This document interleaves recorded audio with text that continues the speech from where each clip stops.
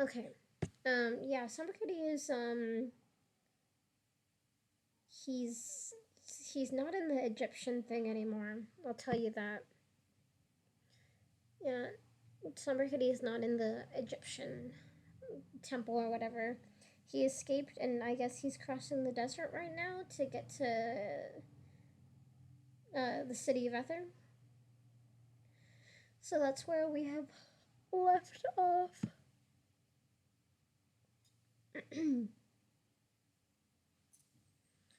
Alright. I just need to make sure the lighting is good. Oh, nice. And this is where we get to um, uh, two characters um, that you will come to know and love, and they will stay. Sorry, I'm just getting really bad deja vu right now. Like, I've read in this room, right? Like, I'm getting like deja vu, but it's like I've been here in this room like this, but like a long time ago. And I just moved here like 2 months ago. Weird. Very, very weird. Okay. But yeah, we're gonna meet some characters that you're gonna come to know and love. They are great. I love them. Um, though I will say one of their names right from now on because one of the the chapter is chapter 25, which is Beatrice and Fabio. But when I started reading this book, I pronounced Beatrice as Beatrice, and like I don't know, it just always sounded better, or like I thought that's how it was pronounced, so I pronounced it that way. Um, I don't know, it just seems better, but I'll for pronunciation's sake, I will say it the right way. Beatrice. Beatrice is nice too, but I like Beatrice better. Oh, okay. Let me just see where I want to stop reading for tonight.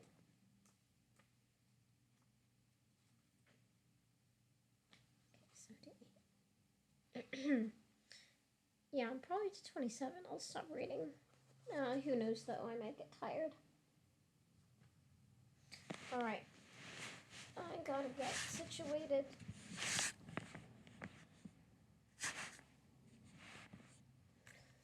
All right.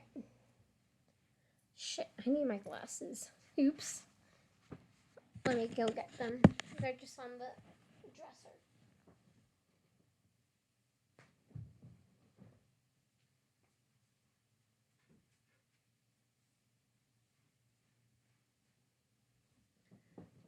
How could I forget my glasses?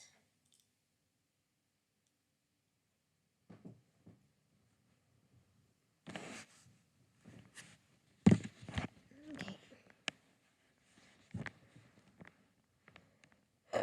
Oh, excuse me. Sorry.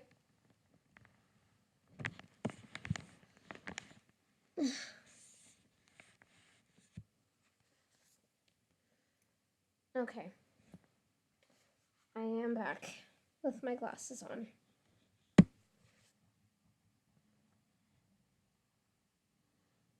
All right. So this is going to be chapter 25.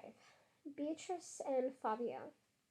May stood on the decrepit balcony of room 9440, staring down toward the streets of the city and listening to the noises that drifted up. Everyone moving around below looked tiny, like little ghost toys. Uh, no. Uh, Everyone moving around below like little toy ghosts. Pumpkin still lay snoring in the room behind her. The beds, there were two, were moldy and rotten and sagging in the middle and covered in dust, which Pumpkin had found delightful. They had burst into the room, laughing and joyful, and hugging each other, talking about their adventures. May relating what she'd seen at the eternal edifice, and Pumpkin talking about slipping away from the gargoyles by ducking under a souvenir cart. They'd bounced on the beds a while and played Old Maid with a deck of cards they found in the drawer, and May had let Pumpkin cheat. Then Pumpkin had shown May all the things he'd bought. He presented her with a locket he'd bought in a trendy neighborhood at the end of Sewerside. Uh, uh, I like what they did there with that name, Sewerside, but just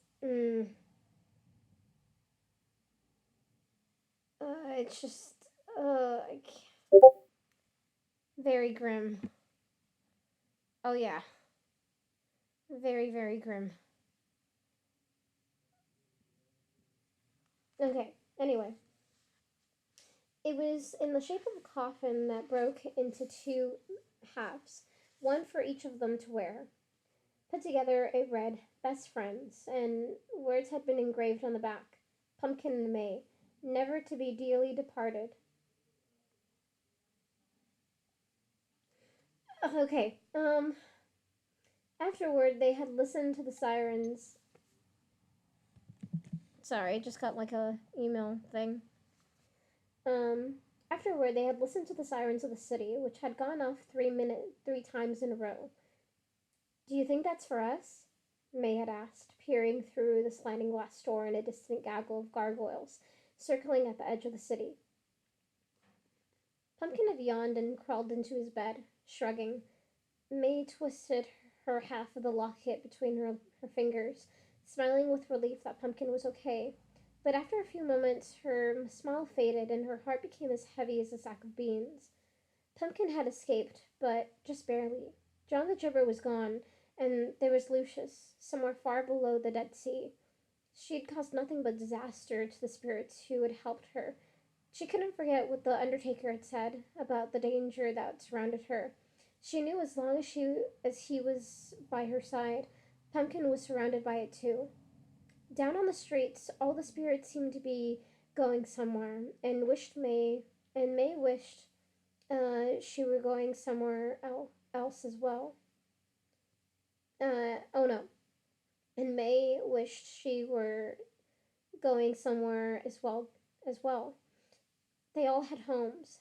Sighing, she walked back into the room, then dug through her sack for her comfort blanket. She wrapped it over her death shroud.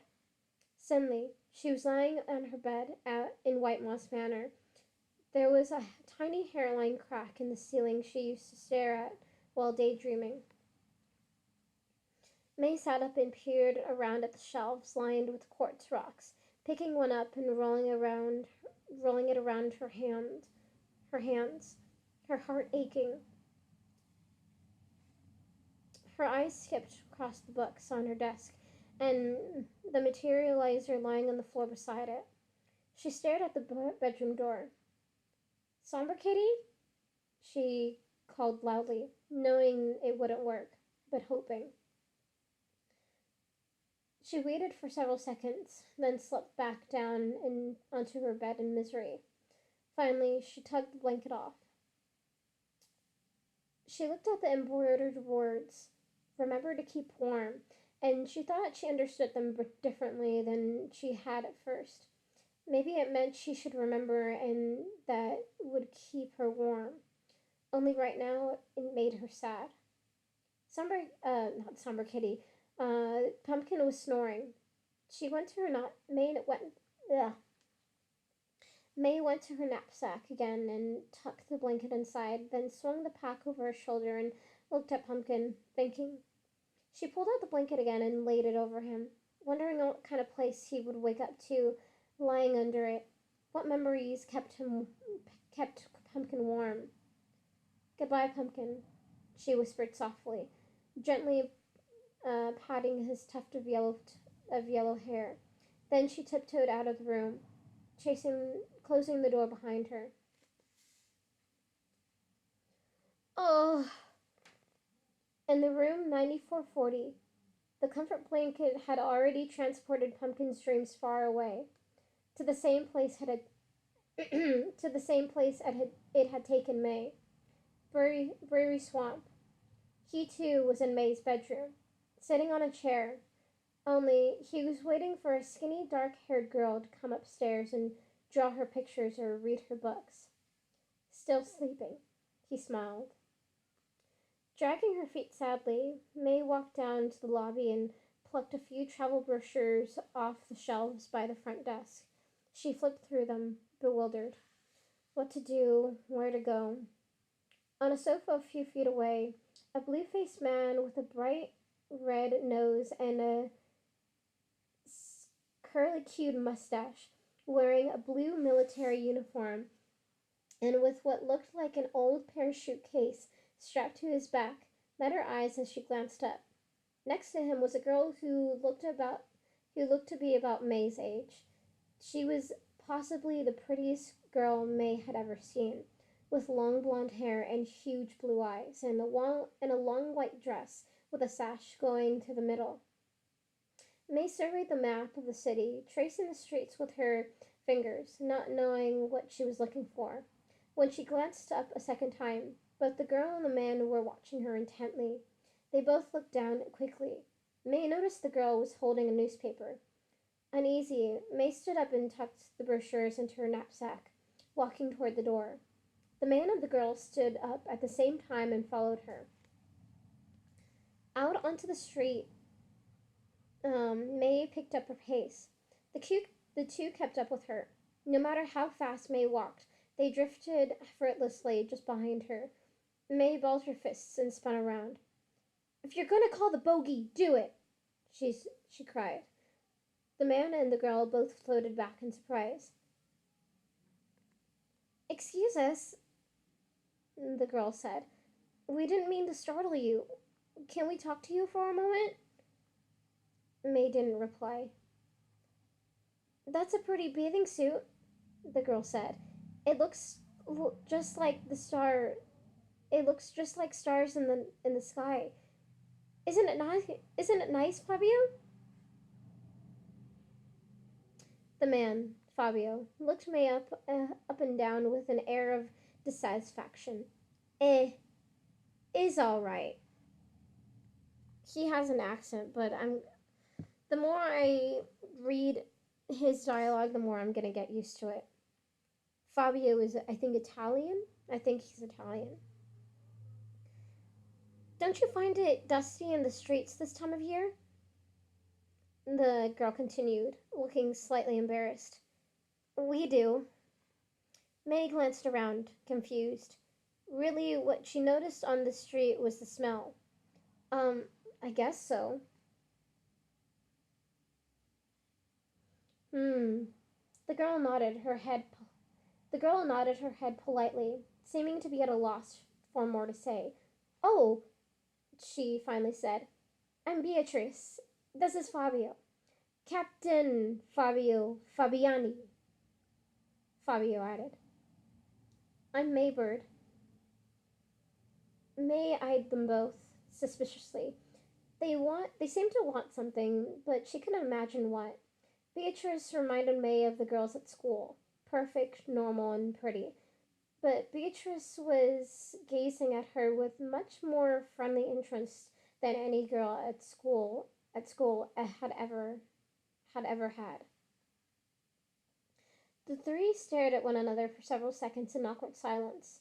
A couple of ghosts holding hands drifted by, and Beatrice eyed them before continuing. Maybe maybe we can talk in private?"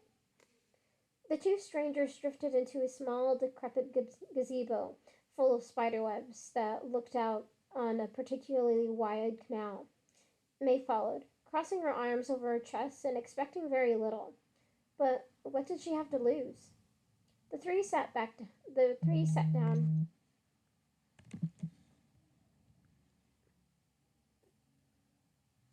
Okay, let me just I'm gonna.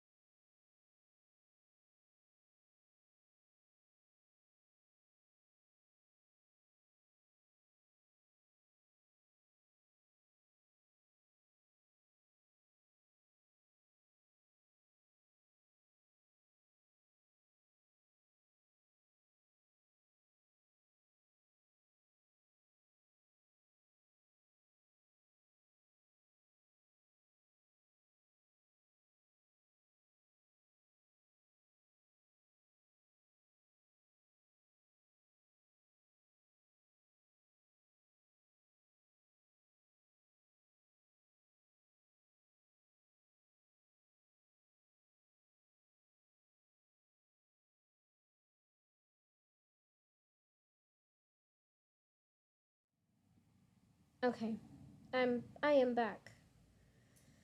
For the people that are gonna see this recording. All right, back to the story. Um,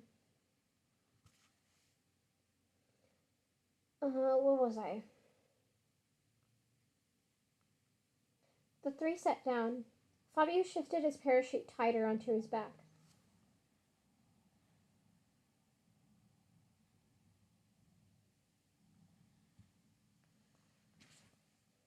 Hold on just 1 second.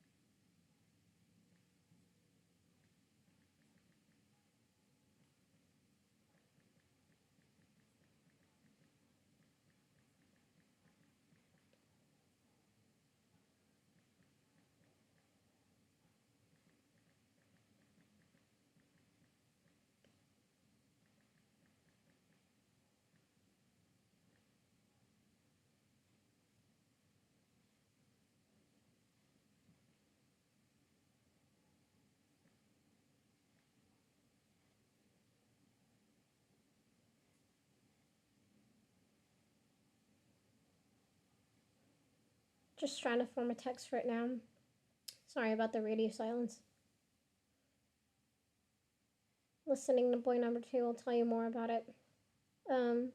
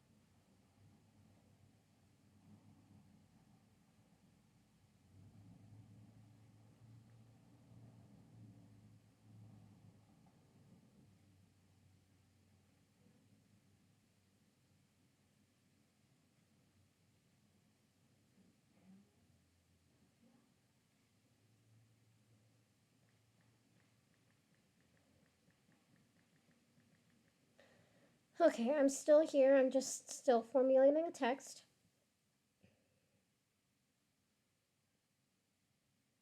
I will try to make as much noise as I can, so I'm still here.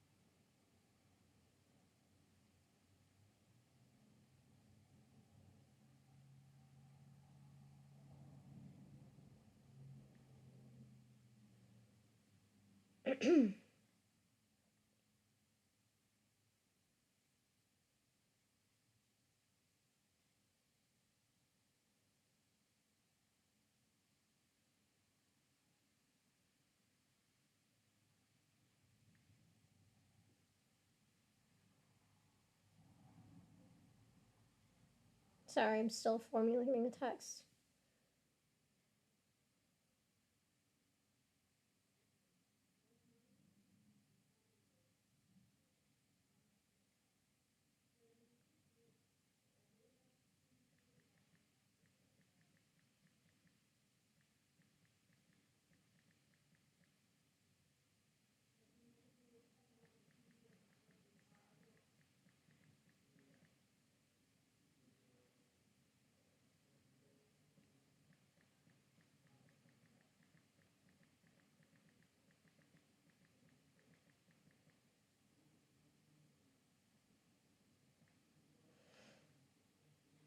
Okay.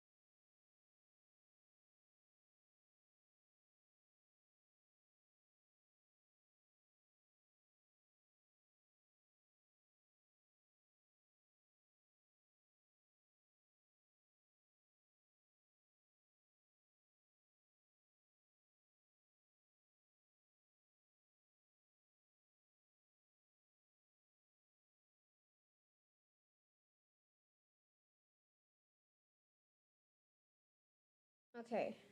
I am back, hopefully.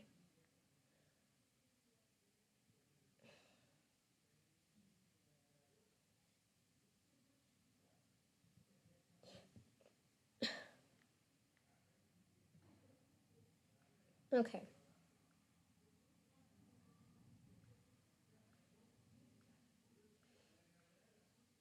There we go. Um, I'll see how much I can keep reading if this text conversation keeps on going the way it's going. I feel like I.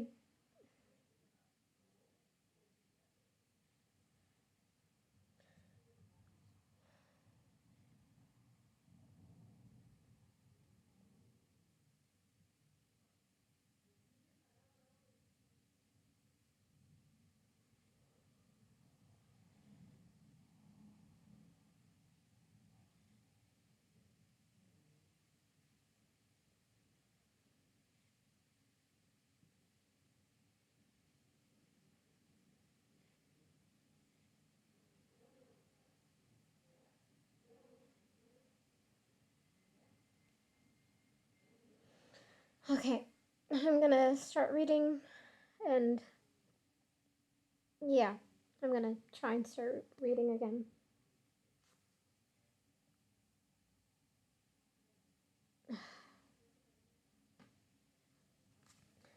Okay, the three sat down. Fabio shifted his parachute tighter onto his back. Ask her, Fabio finally whispered. Fabio finally whispered, elbowing Beatrice and rubbing at the tip of his red nose. Beatrice gave him a stern look, then elbowed him back. You ask her. You. No, you. No, you. Basically, this text conversation right now.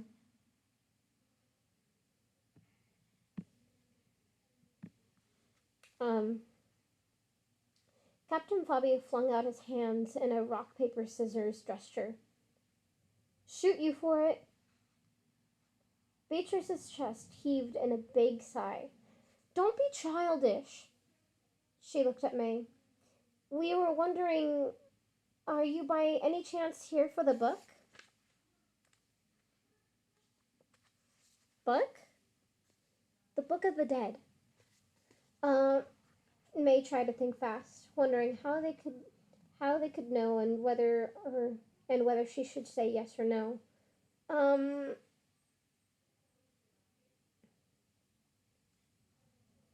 Beatrice thrust a newspaper into May's hands. It's all over the news that there's a live one in the city. I saw you in the lobby and I saw this article. The front page of the newspaper was covered in a huge headline. Live one breaches city gates. Phantom fired after 150 years of service.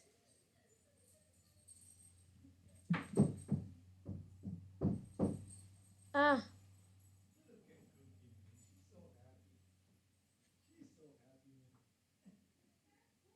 sorry, just my parents going through the hallway. Alright. Below it was a glowing, moving picture of May and Pumpkin running. It looked like it had been taken from the sky. Just the tops of their heads and their running legs and arms and flailing arms were visible. And May's cloak trailed behind her. A tiny line along the a tiny line along the bottom read, courtesy of Hollow Pix. What do you think this is me? May said, looking back and forth between them. Beatrice is very smart, Fabio said tight. Captain Fabio said tightly. Beatrice laid a hand on Fabio's wrist gently. I just saw you and thought, maybe. And we couldn't think of any reason a live one could come to the city, except if they were looking for the book. Um, you see, I'm looking for my mother, and Fab Captain Fabio here is looking for his retinue who died in the Alps, and we thought the book might tell us where to look. It's supposed to have the answers to everything. May was silent. I thought, well, three is better than two. Safety in numbers and all that. And it seems that you're so brave. That photo took my breath away, and coming through the gates like that and escaping? Oh, May stammered, blushing. Well, the truth is, I don't know if I'm going after the book anymore. Please, Beatrice pleaded. We need someone like you. And I can't spend eternity without my mother. If I have to, I'll. Beatrice's bottom lip trembled, but she set her jaw and composed herself. We've already tried to get into the edifice 3 times. I'm afraid neither Captain Fabio nor I are very good with strategy. I beg your pardon. Fabio stiffened and tugged tightly at his mustache.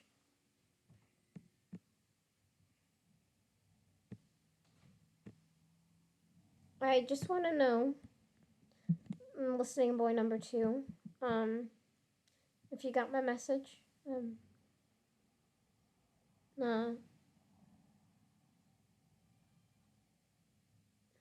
you can just text me. And I'll know.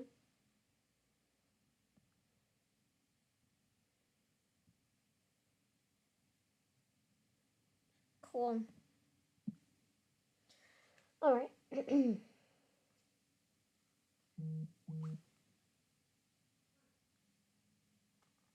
Okay.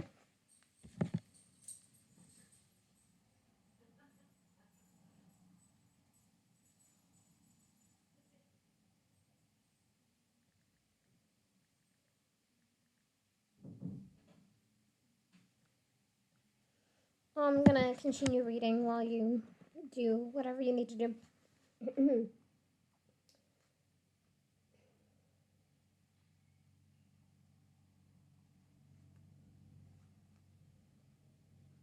Beatrice rubbed his arm affectionately. I'm sorry, Captain. She turned to May. I read somewhere that live ones are 9 times out of 10 more likely to be able to read the book. And then you're so heroic.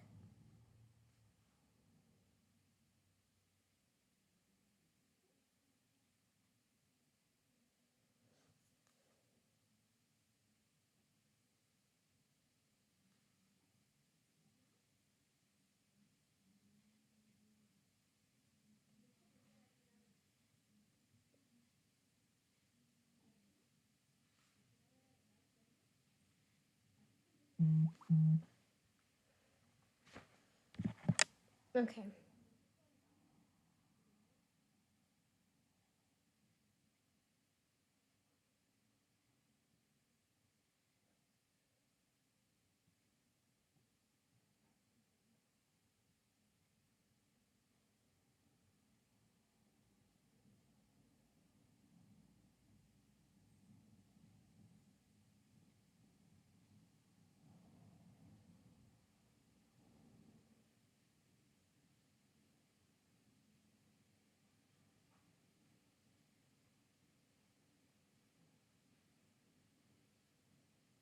Okay.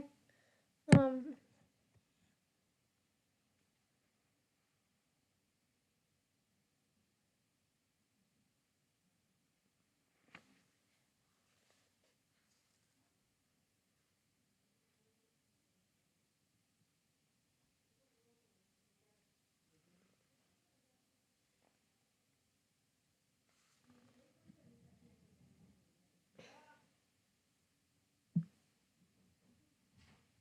Okay.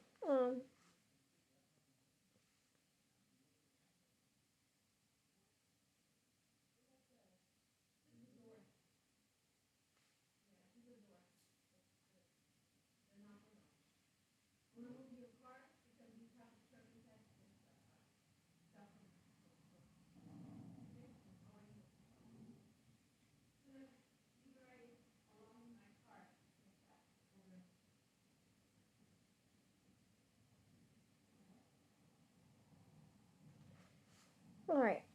Sorry.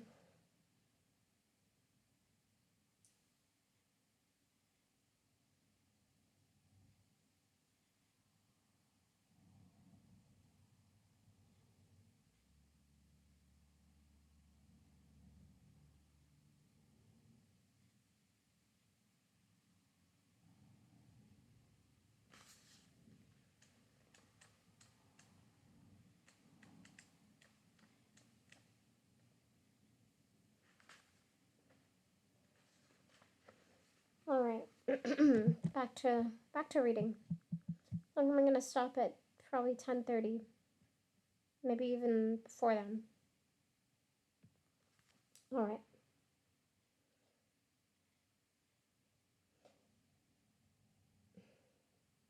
Beatrice rubbed his arm affectionately. I'm sorry, Captain. She turned to May. I read somewhere that live ones are 9 times out of 10 more likely to be able to read the book, and then you're so heroic. Anyway, we can't afford to stay here anymore. Neither of us has reported for haunting duty, which is why we had we had come we had to come stay in Suicide. May tugged on her fingernails with her teeth. I'm sorry, I'm not here for the book. And if I did go, I'd only be trouble for you. Trust me. Beatrice nodded, her pretty pale lips coming together in a thin in a thin line. Tears trembled on her eyelids.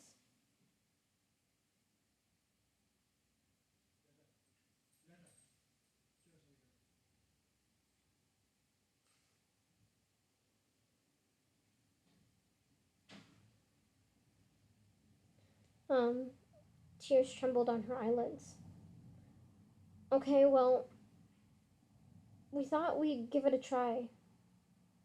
Thank you for your time. May swallowed the guilty lump in her throat and stood up. She liked Beatrice. She liked them both, and she didn't even know them. She couldn't help it.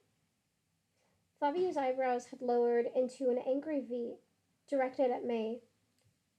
His cheeks flamed. You should be ashamed of yourself. No helping poor innocent Beatrice. Look at her. She is Angel. May clasped her hands together tightly. I'm not heroic.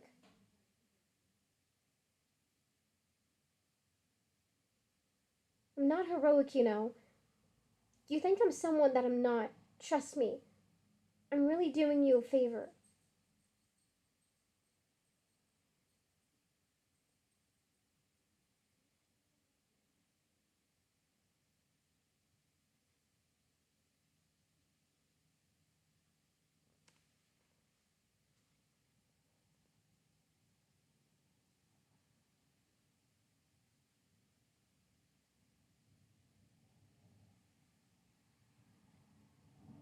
Sorry, I'm just getting a little frustrated. That's all.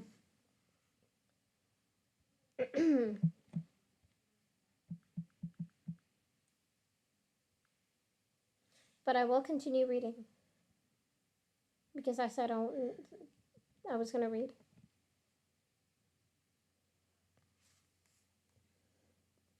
All right.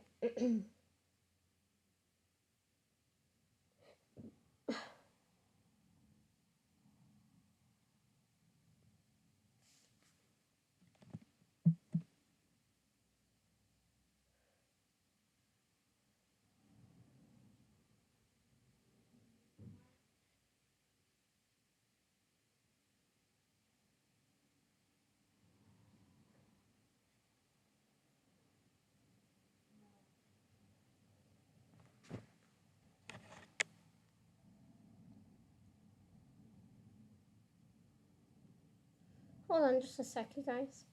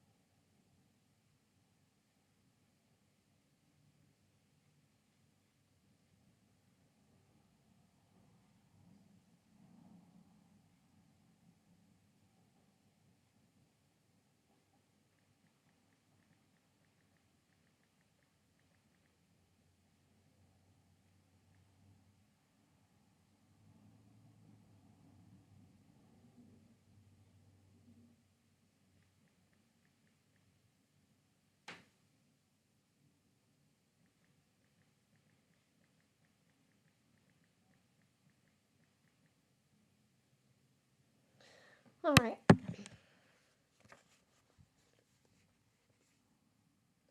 Um, May clasped her hands together tightly.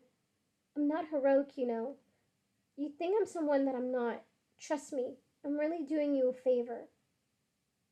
Fabio threw his hands in the air. Favor? Pa! Someone in this world asked for help. Nobody is giving it. How is that fair? Favor? And all she wants is to find sweet, beautiful mother, and now she may never find. I am not so sad for me. I am captain in Royal Italian Air Force. I am strong and courageous. I can withstand anything. But Beatrice. Fabio turned stiffly, clicking his heels together. Beatrice, we go. Wait, May said. She kneaded her fingers together, deciding. You know how dangerous it'll be? Fabio and Beatrice nodded. Beatrice, I said Beatrice. Sometimes I'll just say Beatrice, but I know I'm saying Beatrice. So please, bear with me. Uh, Most likely we do not survive. I have all my bears. Thank you. I want all these bears. Bears, bears, bears.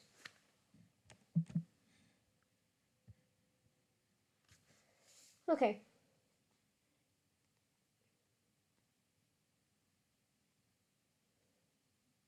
Most likely we do not survive, but Beatrice and I think it is worth the risk. You're going to go anyway? Beatrice nodded. Well, I guess I don't have I don't really have anything here. May faltered. She closed her mouth into a thin, firm line, and she nodded her chin just slightly. Watching Beatrice's face light up was like watching the sun rise. She threw her arms around May and kissed her cheek, making May blush, and without May saying the final word, it was decided. Minutes later, the three of them were a cozy trio drifting down the sidewalk.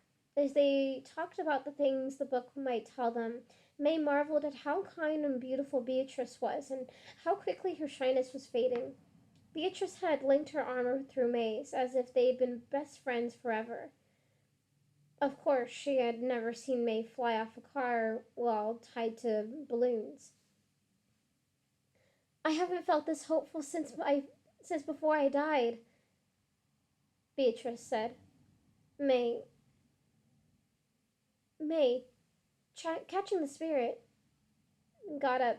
May, catching the spirit, got up the courage to ask, "How did you die?" Typhoid. Beatrice's big blue eyes became doleful. My mother died before me. When I got here, I couldn't find her. I've been looking ever since. May looked at the ground. Beatrice tried to smile. Poor Fabio and I met at the Spectroplex. He is in the same situation I am in a way. My men and I, we die of frostbite after we parachute into Apennine Mountains by mistake, Fabio explained. Supposed to be a field in Germany, but I come through Portal. I don't know what kind of accent I'm doing. Sorry, it's supposed to be Italian, but I can't do really good Italian. I can't do any sort of accent. I'm sorry. Just pretend it's Italian. I'll try my best to do some some accent. I don't want to be too stereotypical with the fucking accents, okay? Supposed to be a field in Germany, but I come through Portal and they are not waiting for me. I no understand. My men would follow me anywhere. Beatrice gave May a meaningful glance, patting Fabio's back underneath where his parachute lay. Isn't that heavy? May asked, pointing to the chute, remembering a book she had read about paratroopers in France. A soldier must always be prepared, he answered, thrusting his chest out. Beatrice and May grinned at each other, and Beatrice rolled her eyes.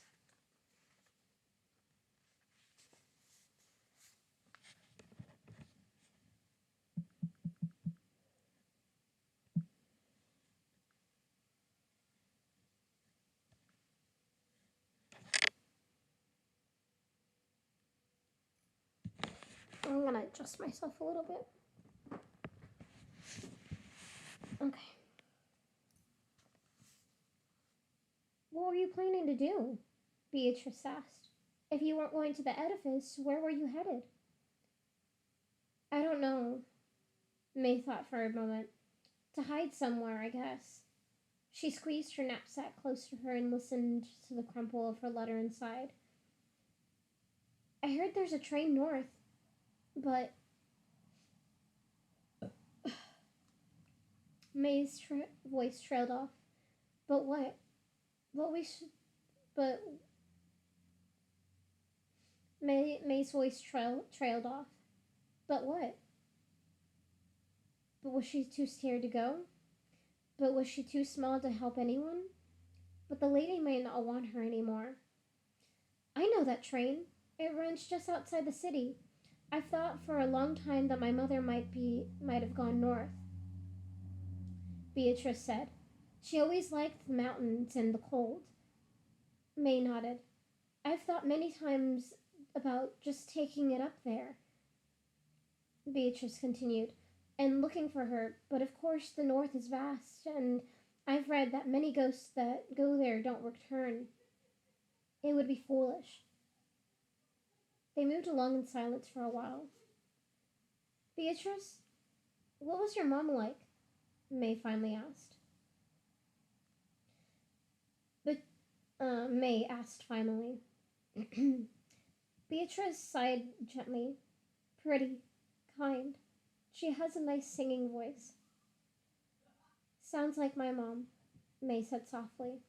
Beatrice gently took May's hand and the girls stared at each other, tears in their eyes.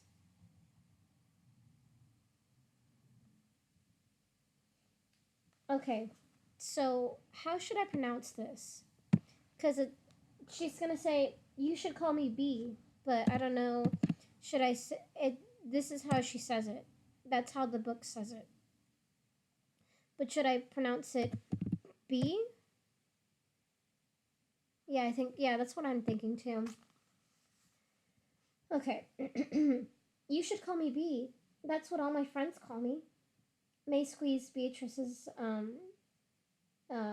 fingers with a blush of embarrassment, but didn't pull away. It was strange. She'd been around girls at school her entire life, but within a few minutes she began to feel like she had known this one for a million years. What do you think? When do you think we should go? Beatrice asked. She and Fabio both looked at May expectantly, as if she might have the answer. But May did not have the feeling in her gut that they should go as soon as possible. The longer they waited in Ether, the more dangerous it was.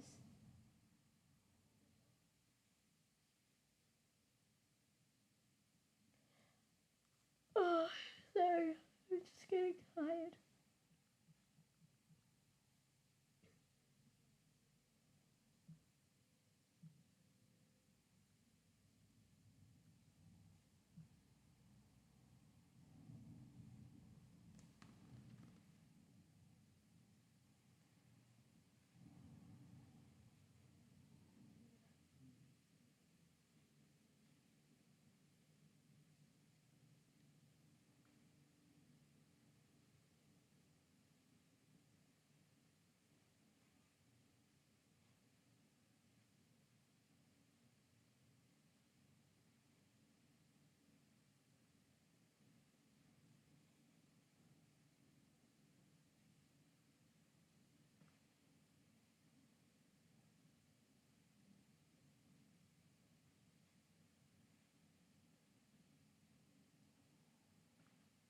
Sorry, I got distracted. Um, I think tonight, she said with a slight nod of her chin. To her surprise, Beatrice and Fabio didn't question her. We take the sewers last time. We take the sewers last time, Fabio said.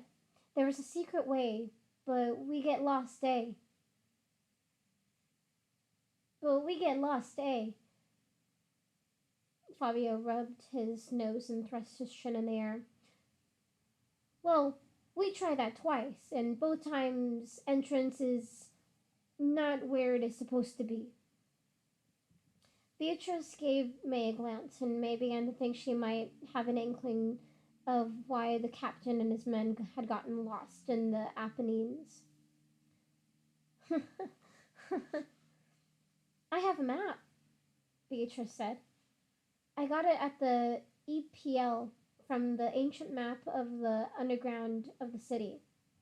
She pulled a folded piece of paper from a pocket in her dress and laid it out on her lap. EPL? Ether Public Library, Beatrice said nonchalantly. I did a few days of research. She pointed to the map, which showed the sewers that crisscrossed the city in motion.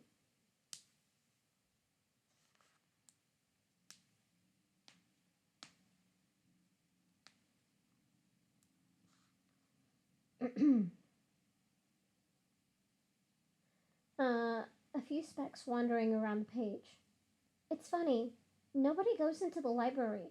The door is very hard to find and very small, and the books and the shelves are very dusty, are a dusty mess, as if nobody bothers. It's as if nobody bothers. Beatrice wrinkled her nose as she said this. Clearly, she thought it was very wrong not to bother. Beatrice and I used this way last time. Fabio tugged his mustache. We come up right under the eternal edifice. He thrust his finger at a tiny square on the map. This is old door that spirits used thousands of years ago. Only a few still know it. It is our only way in. What are those? May pointed to the moving specks. Gulls. Beatrice's lashes fluttered. Unfortunately, they love to bathe in the sewers. May gulped. Do you have any maps for once we get inside the entrance? Beatrice shook her head, her eyebrows descending deeply. Those pages had been ripped out, but believe me, it's bad enough just getting there.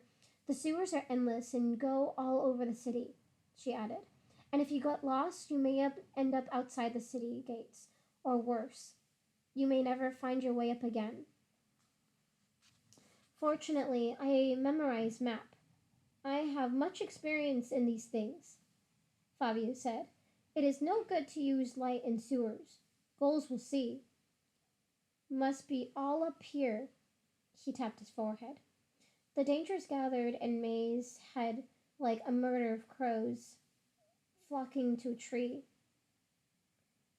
The bravery she had felt a few minutes ago had sunk into a corner of her mind, replaced by fear and the crushing feeling that the three of them were just too small for such a great task. She wished they had John. She wished that she could be back in Bury Swamp, safe and protected in her tiny, comfy life.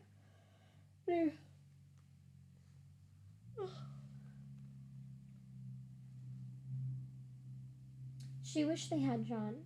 She wished that she could be back in Bury Swamp, safe and protected in her tiny, comfy life.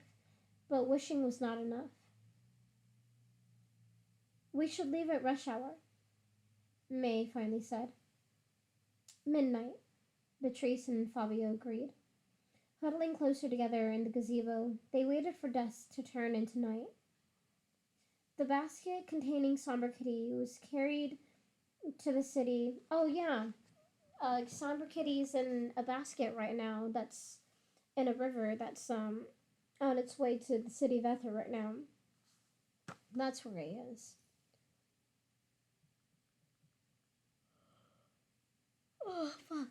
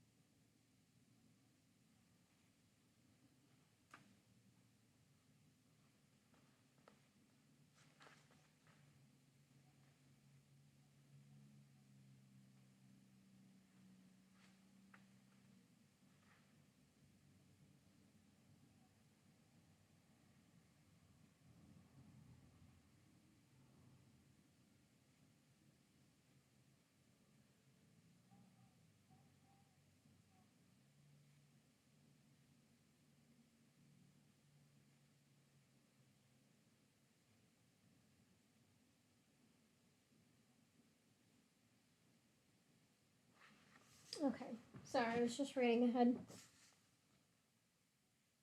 Um, the basket containing Somber Kitty was carried to the city by one of the many streams that came together to form one giant river. This river was made completely of ectoplasmic sewage and flowed directly under the city wall into Sewerside. When Somber Kitty saw that his vessel was fast approaching a dark drainage pipe beside the west gate of the city, he leaped out, gingerly bouncing along the wet sand until he was on solid, dry ground. Here he licked himself in disgust, shaking the wet drops from his tongue and peering up at the gigantic creature standing about 100 yards away at the city wall. Startled, he hissed, then scurried into the shadow of the wall instead itself, far from where the giant creature stood. His instinctual fear of the city had increased as he'd gotten closer to it, and now he stood very uneasy in the dark, wondering what to do. He sniffed at the air.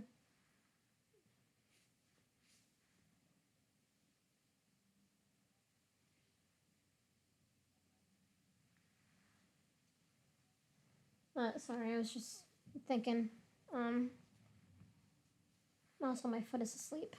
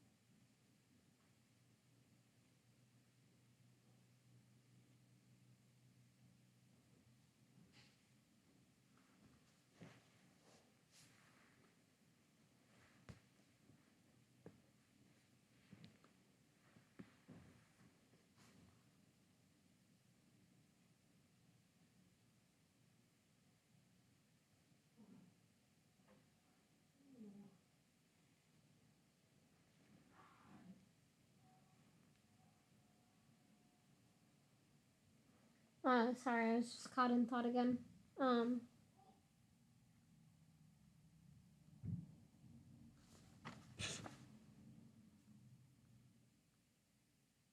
Hold on.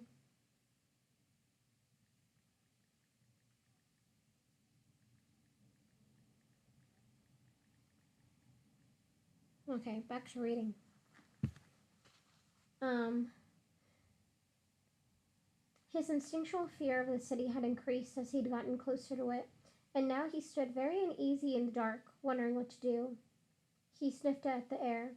Since he was standing upwind of the river, he no longer breathed the scent of sewage, and since spirits have no smell, he failed to scent the 3 boatfuls of Egyptian souls who had tracked his progress downstream, and were now sending for backup. But Standing downhill of the city, he could get one particular scent that was familiar. Summerkitty's tail jolted up. His ears did their satellite turn. All at once, he turned to the wall, placed his paws on it, sank down, gazed at the giant figure by the gate, then at the pipe on the opposite side. He meowed, he growled, his slitty eyes rolled, his whiskers waggled with wild abandon. Deciding he had no other choice, he began to dig. After thousands of miles of searching, Somberkitty had finally scented May. And that's the end of chapter 25. Yeah, 25. All right. All right, boys.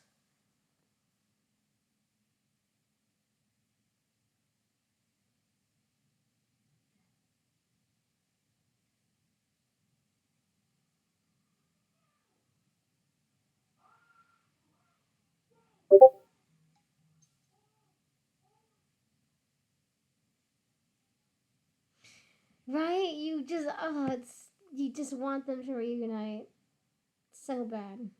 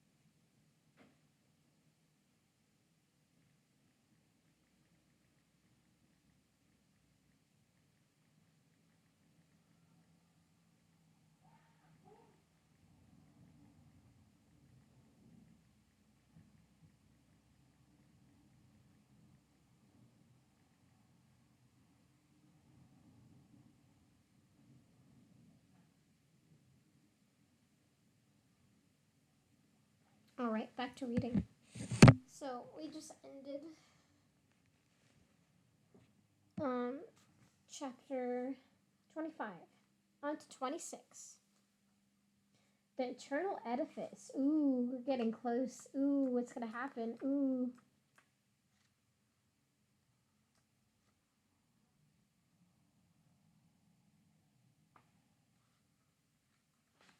Okay. Okay. Alright, chapter 26. The Eternal Edifice. Just after midnight, when the spirits of the city of Ether had poured through the gates into the great cemetery to begin their night of haunting,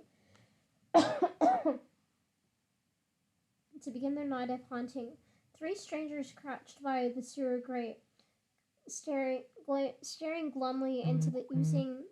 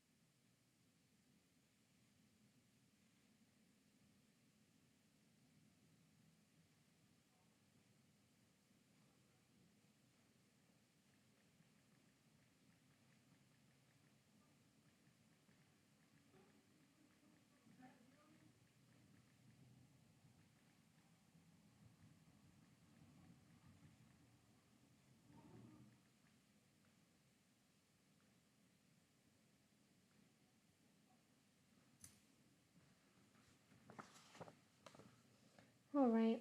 Um, Three strangers crouched by a sewer grate, staring glumly into the oozing, smelling ectoplasm that flowed past them. The gulls always swim in pairs, Beatrice advised, and you may have noticed they love to chatter, so we'll hear them if they're there. You stay behind me. You stay behind me, Fabio added, thumping his chest once with his fist. And do not fear. May and Beatrice looked at each other. Bravely we go. Fabio slid into the water, and May and Beatrice slid in behind him, the coolness and slimness of the ectoplasm making them suck in their breath and making them suck in their breath. They moved along the short stretch of canal with the current, which wasn't too strong here, and then got to the place where the road overhung the water, where they could go into the darkness. Where they could go into darkness. Carefully, they continued to move forward till the last of the stars snuffed out of sight. They twisted and turned into the dark, Fabio leading the way. I'm actually getting used to the smell, May whispered. Beatrice squeezed her hand. Yes, Fabio answered. Any smell, if you are around it long enough, will become invisible to your nose. For instance, shh, Beatrice hissed, coming to a stop so hard that May slammed into her. They all stood with ears perked for a moment, and then May heard it. I'm just making up what they're saying because I don't know how to say it. Down the tunnel ahead of them, the water splashed.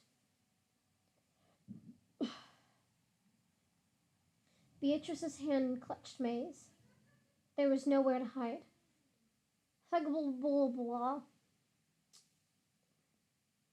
The sound, a sound like laughter came out of the darkness, getting closer and closer. The voices grew steadily louder. May held her breath. Then the voices began to get lower.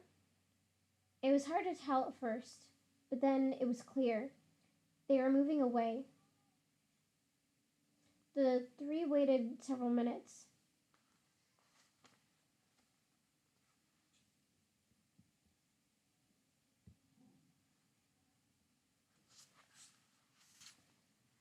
The three waited several.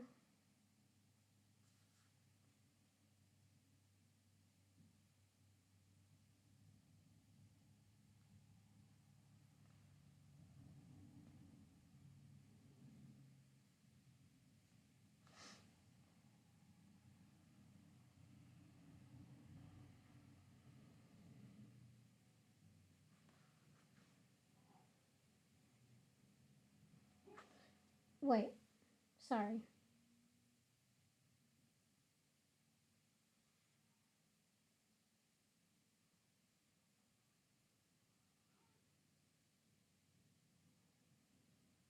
The three waited several minutes, listening carefully to hear if the gulls would come back. They didn't. We go, Fabio whispered, moving again. After that, they all kept their mouths shut. They wound through the sewers for what seemed like hours. May had stopped feeling the coldness of the water. I'm not sure, but I think we a little bit lost, Fabio finally whispered. Oh my, Beatrice said. I think this map, it is wrong, but it's okay. I fix. They took several more turns. Fabio went slower and slower, which made May feel more and more doubtful. Soon they heard a sound up ahead, a series of loud splashes. They pushed up against the walls of the sewer, the splashing getting louder and louder, moving toward them. This time it kept coming until it was suddenly upon them. Whatever it was seemed to be whatever it was, it seemed to see them, because it came to a dead stop inches away.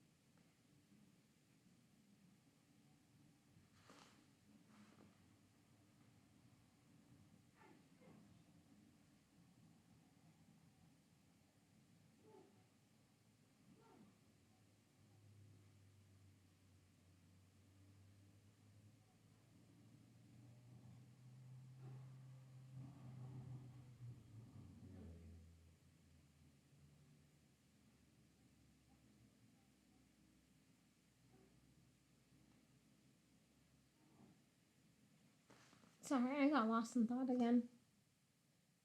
Um, Whatever it was, it seemed to see them because it came to a dead stop inches away.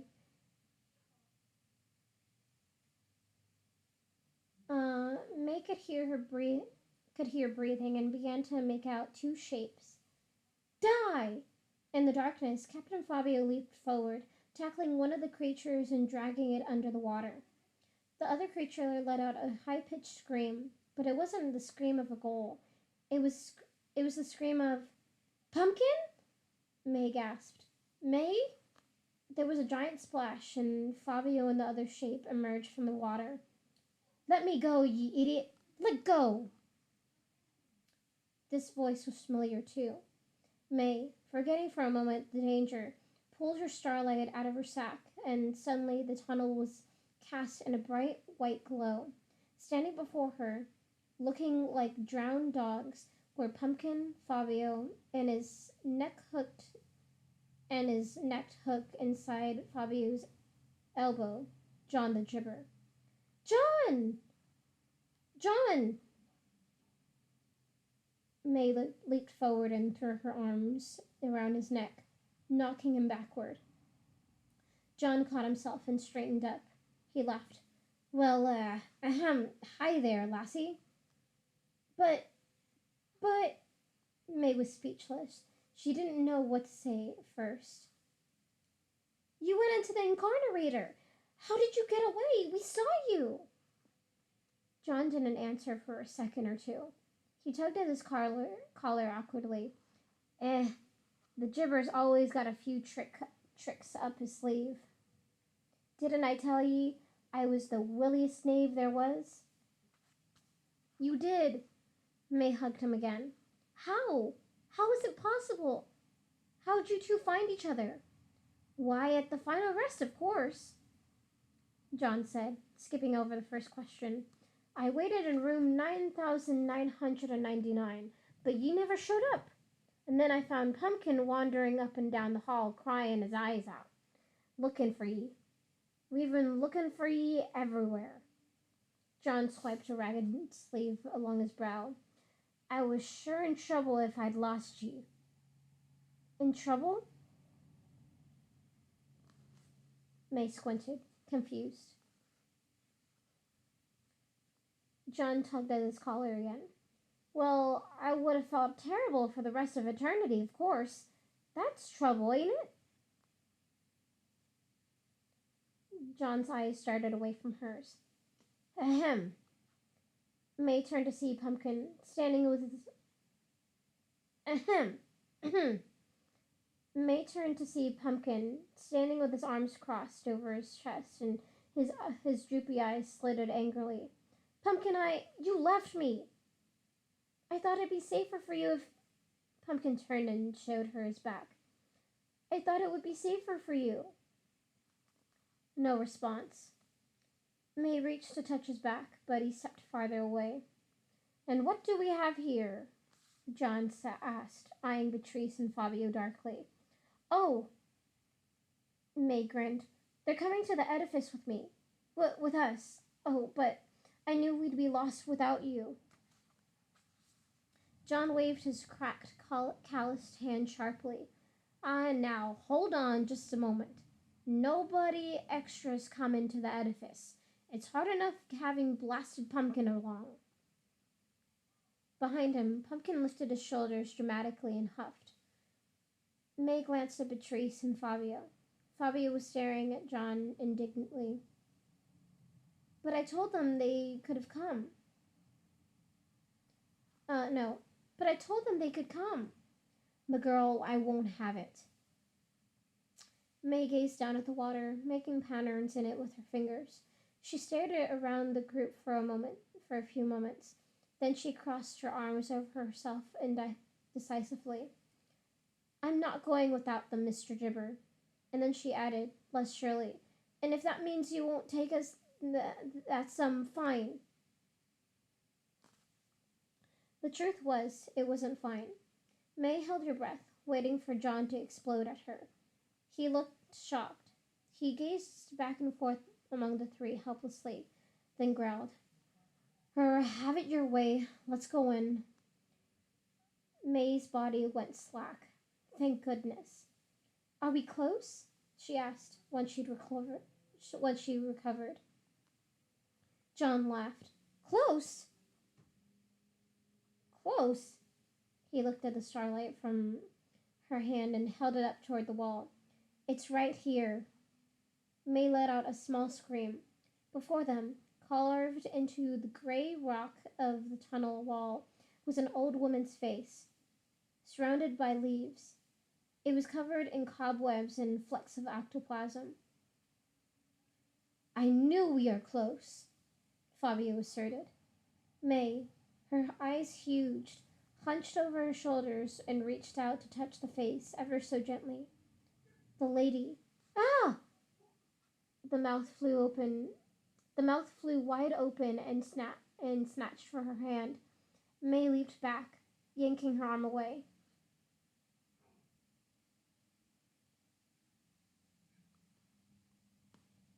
The mouth immediately recoiled. May had time to glimpse a tiny hole in the back of its stone throat before it closed. Pumpkin had already started flailing a path down the sewer. He stopped a few feet away, watching fearfully. You wouldn't get far without me, you see. You've got to be careful with these doors. They're ancient and tricky, meant to protect the edifice from more than the likes of us. Here, hold this. John dug into a hidden pocket in his pants and thrust a white key in May's hand. May took it, confused. It's me skeleton key, made out of the bone of a master locksmith. I stole it off of Harry Houdini last year on the Sea of Tranquility while he was tubing. John winked, but his smile stayed hard. When this mouth opens again, I want you to stick the key in the hole, all right? I'll lose my arm. Trust me. John smiled again, without the smile reaching his eyes. May nodded. I'm gonna readjust again because I'm not comfortable. Okay. All right.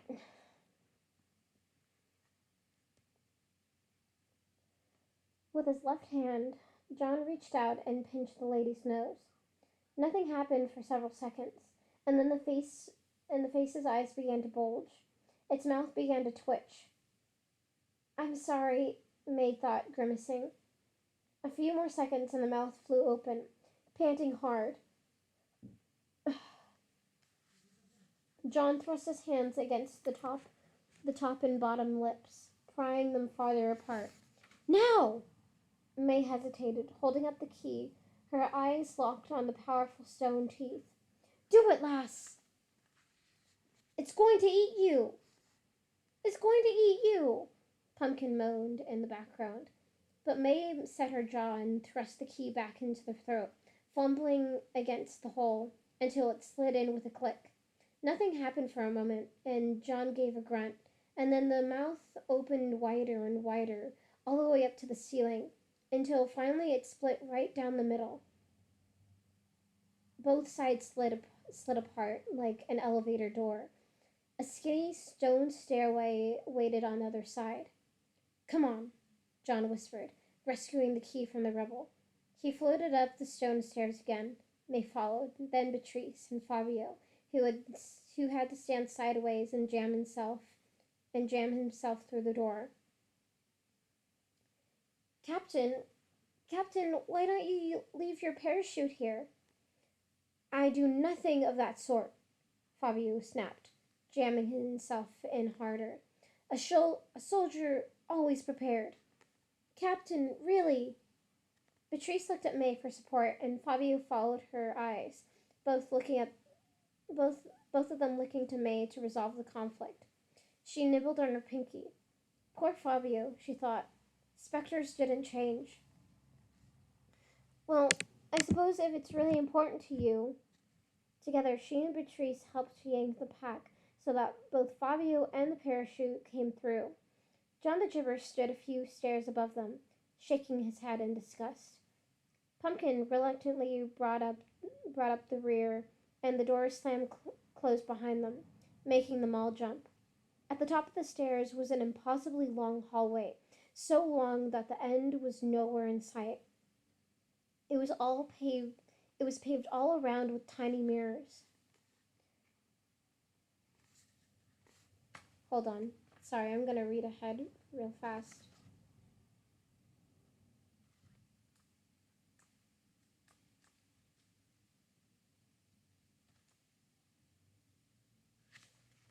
Okay.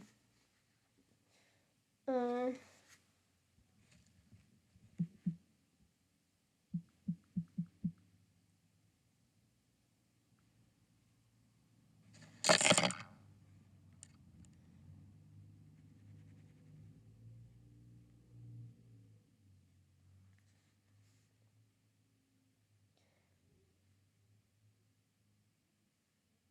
don't touch anything, you hear me? John whispered. As he did, Pumpkin reached his arm to the side. But it's so shiny! He thrust a hand forward. As soon as his long fingers connected with glass, a great sucking sound was heard, and Pumpkin's hand disappearing through the wall. Ah! Pumpkin! Pumpkin! May leaped forward and wrapped her arms around Pumpkin's waist, just as Beatrice wrapped him in her arms from the other side. Pumpkin's body sucked Pumpkin's body sucked up tight against the wall, and everywhere he touched seemed to dissolve and go black, sucking harder and harder. Um, May felt someone's arms around her from behind, and she was toppling backward down the stairs. Pumpkin and Beatrice came tumbling down on top of her, and May felt herself land on something soft that groaned, Ay, Dio mio! After a few moments of confusion, Fabio pushed May off him, and they all stood up, making sure they were in one piece and looking at one another wide-eyed.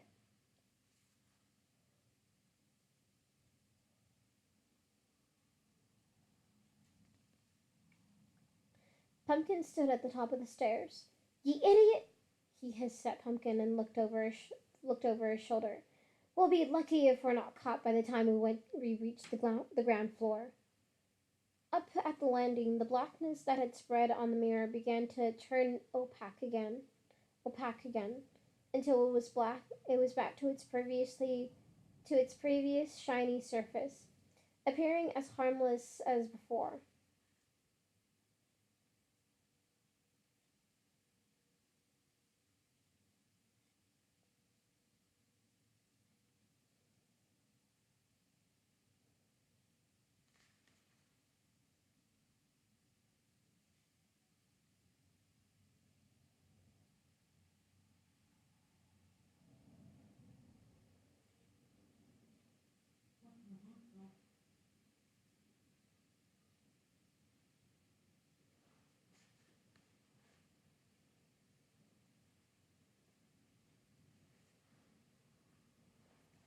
Sorry, I just had a brain fart just now.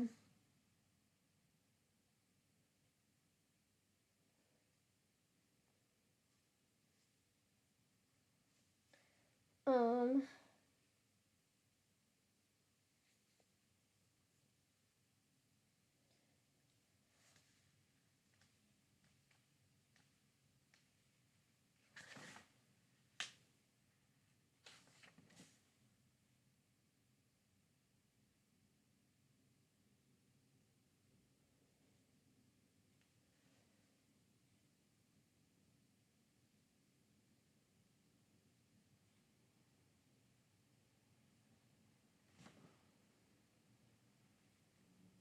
Sorry, I just got a brain fart again. All right. Um,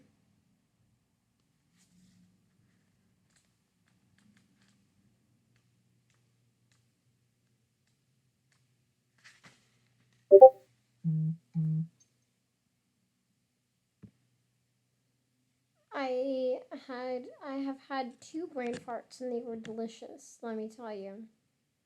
Very, very delicious.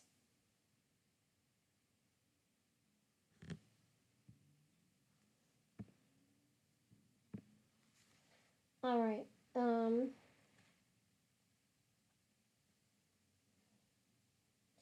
Up at the landing, the blackness had spread on the mirror. No, I've read that.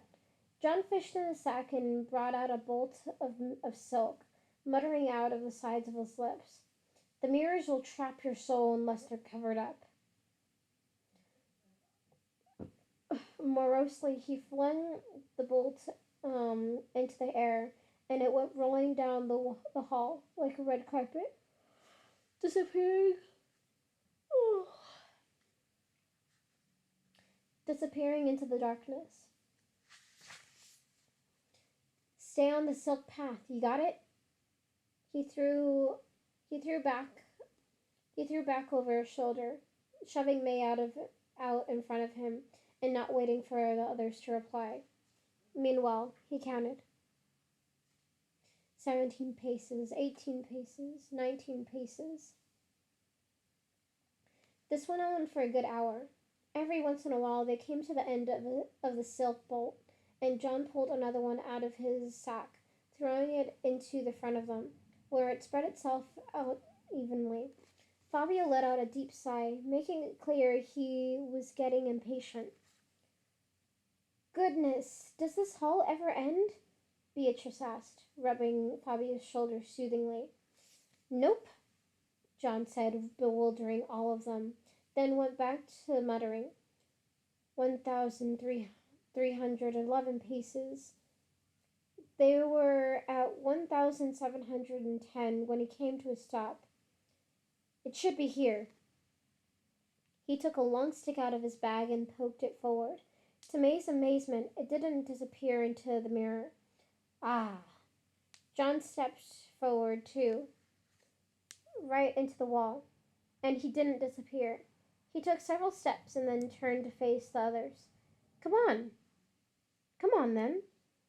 He looked to his left, then walked in that direction, disappearing completely behind the ledge that blended in so well with the rest of the mirrored wall that it was practically invisible. May and Fabio gasped. "Aye!" Fabio breathed. A moment later, John's head reappeared. Soft spot. Come on. I ain't got all night. To May's surprise, Pumpkin was the first to follow, smiling in wonder. Everyone else trailed after him.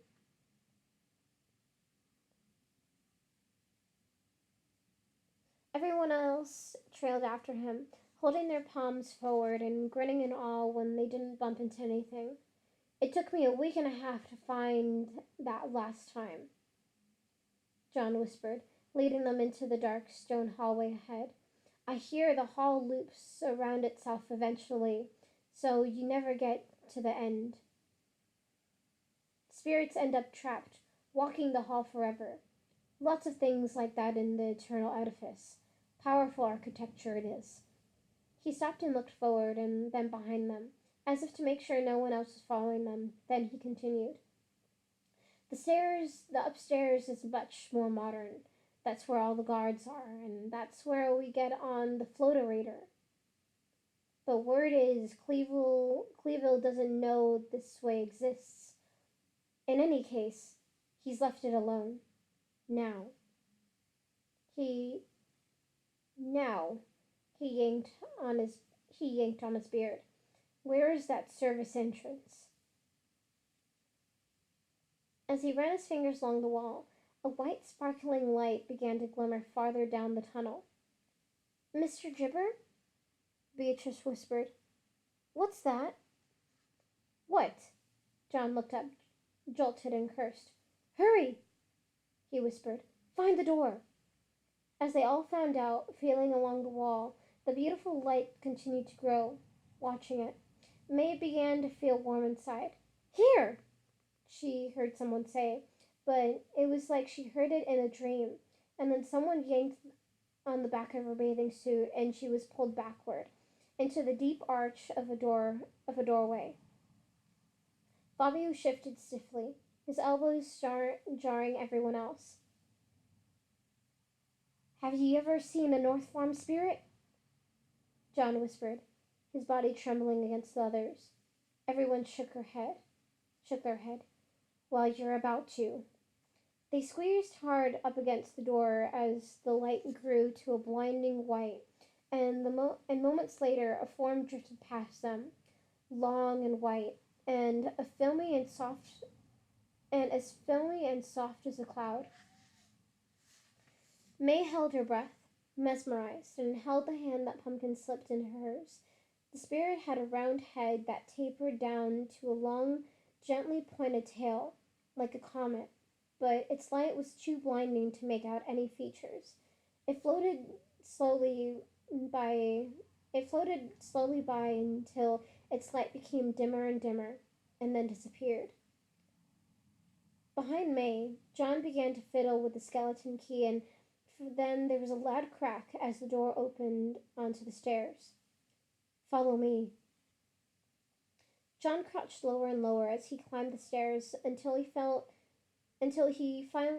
finally he knelt down and crawled the last two of his hands and knees.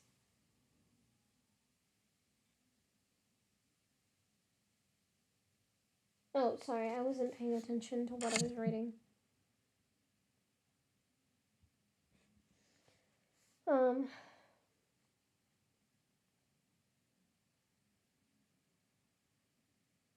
John crouched lower and lower as he climbed the stairs until finally he knelt down and crawled the last two on his hands and knees, peering around the corner of the landing.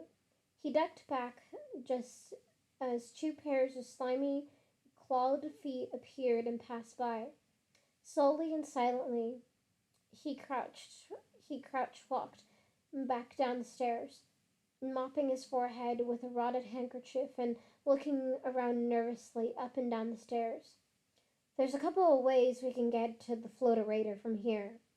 One's through the Aurora Atrium, which has lots of nooks and crannies to hide in, but is guarded by at least 20 ghouls. Or we have the Recreation Hall. That's where the guards have their holovisions and arcade games and such to use on their time off. We're less likely to meet ghouls that way, but we'll have to pass the Goblin's Lounge, and there's no place to hide that way. Just a straight shot to the lobby. I'm thinking the atrium. But, May interrupted without meaning to. Her gut told her to use the hallway. When John paused and looked at her, she stammered. What are the goblins like? Surely they're not as bad as the ghouls. May was surprised when John actually seemed to consider her question. They're faster and they have bigger teeth, but they are a lot more likely to be fallen down on the job. Lazy little things, and vain too. When they're hunting down on Earth, they're either sleeping under people's beds or hiding in their closets looking for things to wear. He seemed to catch himself rattling on nervously. He thought for another minute. All right, lass. We'll do it your way. May swallowed. Yes, that is also the way I would suggest, Fabio interjected. Do ye lasses have any baubles on ye? Jewelry or a nice handkerchief, perhaps? May and Beatrice shook their heads. Why? May asked. Something we can throw at them if they see us. They'd be mighty distracted by a fine bauble.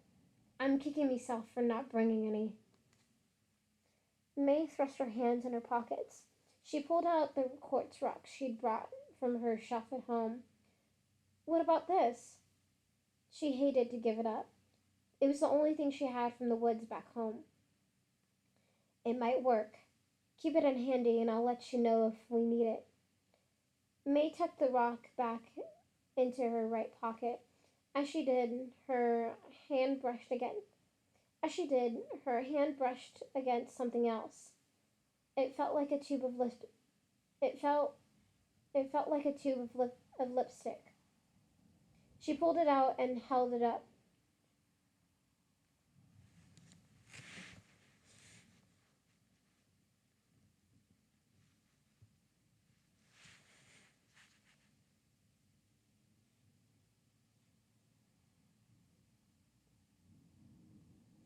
Oh wait. Oh, okay. I was getting a little confused. May tucked the rock back into her right pocket. As she did, her hand brushed against something else. It felt like a tube of lipstick. She pulled it out and held it up. A glass vial full of black liquid, she whimpered. John squinted. Gwyneth! Of all the stinking knaves, that Gwyneth's handiwork. I'll swear it. A sea capsule. Breaks when it's squeezed. She she's probably taken out 200 knaves that way. May's mind leaped to all the times the capsule could have broken in her pocket, and shuddered. Then she thought back to Gwyneth on the dock at the grotto, hugging and patting her. She likes to get him when she's nowhere around. John spat. Gets a satisfaction out of it. A poor soul sit down on his bed and John ran his hand across his throat. Sick. Put it there, girl. Put it there, girl. Down in that corner. But what if somebody steps in it? May asked. Lay it down, child. I'll not debate with ye. We're on a schedule. May gazed at him, confused. What schedule? John blinked for a moment, then shook his head as if shaking off a bee. Stop asking so many questions and lay that vial down. May considered. In a place like this, surrounded by enemies, a vial of deadly water seemed like a good thing to have. As John watched, she scooped down and laid the vial in a corner of the stairs. But when he turned around, she picked it up again and very gently slipped it back into her pocket. When she stood back up, she met eyes with Beatrice, only been one, who'd, who'd been the only one watching her. She let May know with her eyes that she'd seen and understood. She reached out and squeezed May's hand. Careful, she whispered and leaned closer.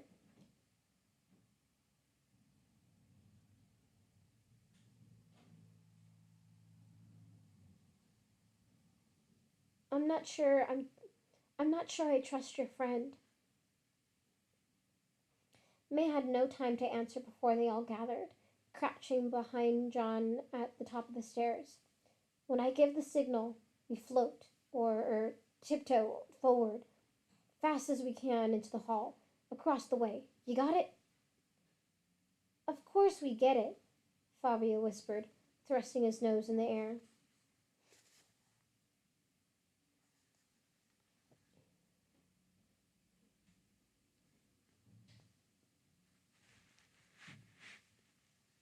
Beatrice nodded, but Pumpkin merely bit his fingers. May held tight to his sleeve, prepared to pull him into action. Beatrice's words tickled at her brain. John held one arm outstretched in front of him and then waggled his fingers slightly. May tugged Pumpkin hard and they all moved forward, gazing around them as they scurried across a wide, gleaming marble floor under a vaulted glass skylight that reached several stories above them.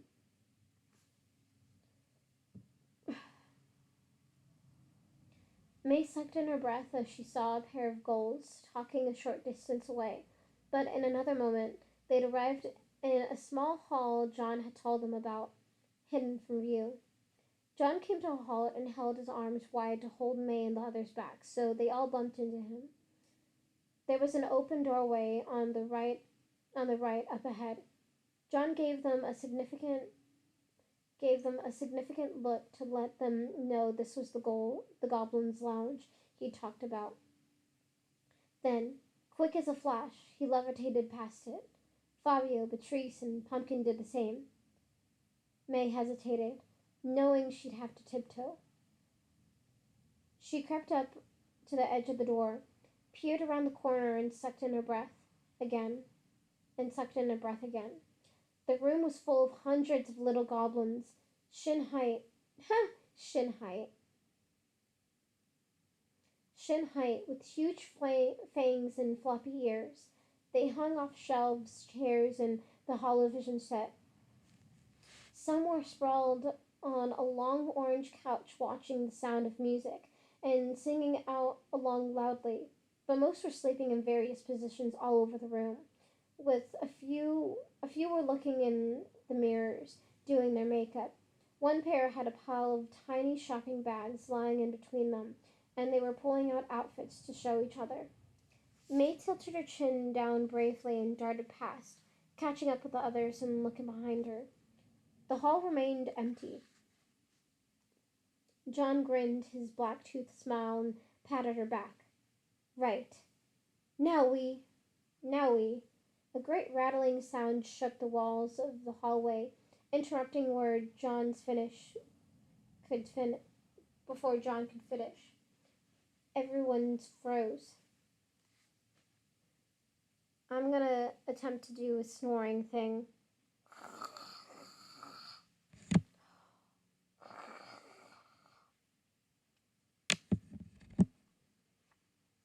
What is that? That is what, please? Oh, God. Yeah. Keeping me awake at night. Man. The absolute worst.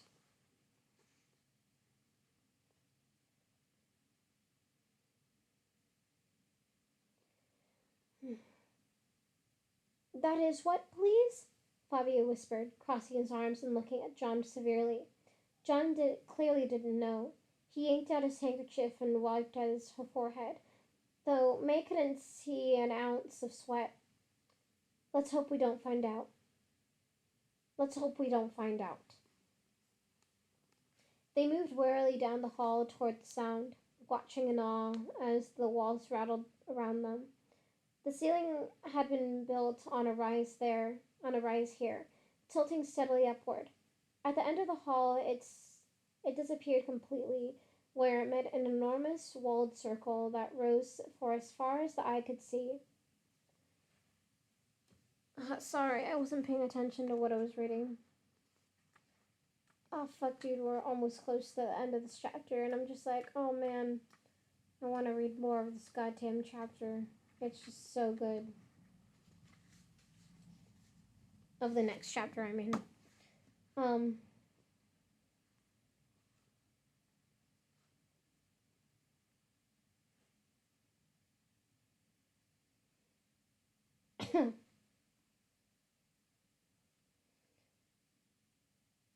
They moved warily down the hall toward the sound, watching in awe as the walls rattled around them. The ceiling had been built on a rise here, tilting steadily upward. At the end of the hall, it disappeared completely, where it met an enormous walled circle that rose as far as the eye could see, with not a roof in sight. In the center of the circle, the floaterator shaft stretched, its glowing way upward, a walled circle within a circle. The gold doors stretched at least 2 stories high, and at the foot of them, its massive teeth poking out from underneath its enormous black jowls.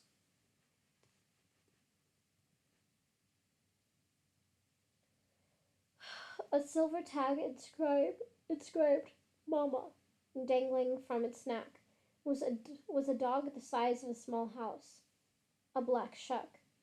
Its eyelids, slightly opened, revealed blood-red eyeballs. Somebody go ahead and push the button for the floaterator, John whispered after a minute, indicating the glowing blue up button. It was very small and at a normal height beside the door. Everyone looked at one another. I am allergic to dogs, Fabio said. He faked a soft cough, way down in his throat. Not me, Pumpkin stuttered. Oh my, said Beatrice, fluttering her perfect eyelashes. I don't think I'm brave enough either. What about you, John? John shook his head. Not on your life. Finally, everyone looked at May. Sorry, I'm gonna adjust again.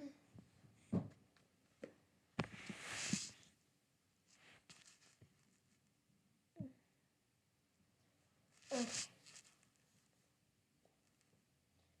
there we go.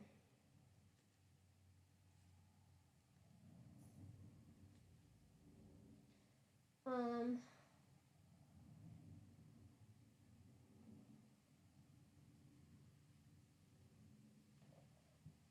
ugh.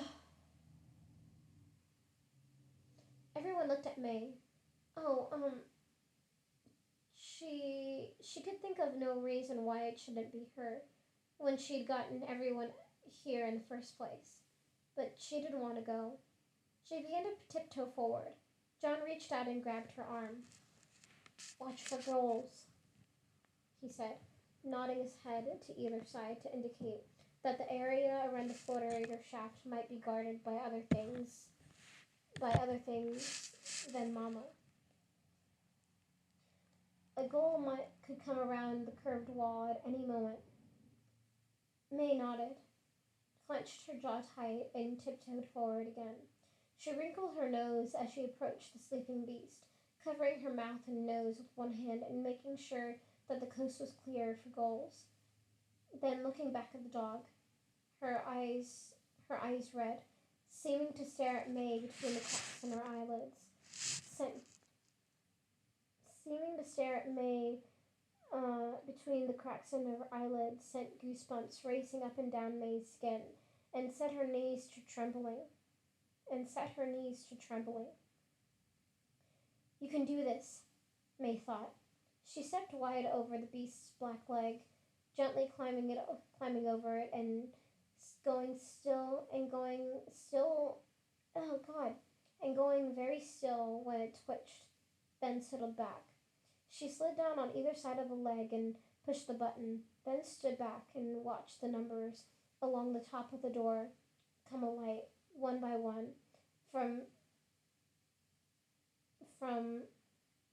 800,000 to 700,000 to 600,000 and down to 1,000.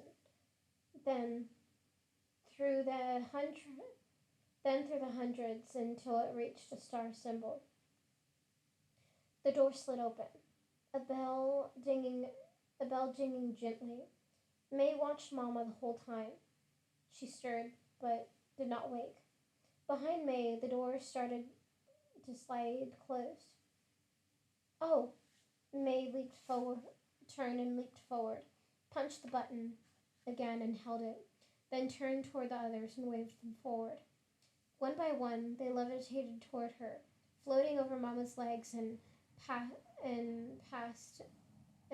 her into the empty space of the floaterator, until only Pumpkin remained across the hall.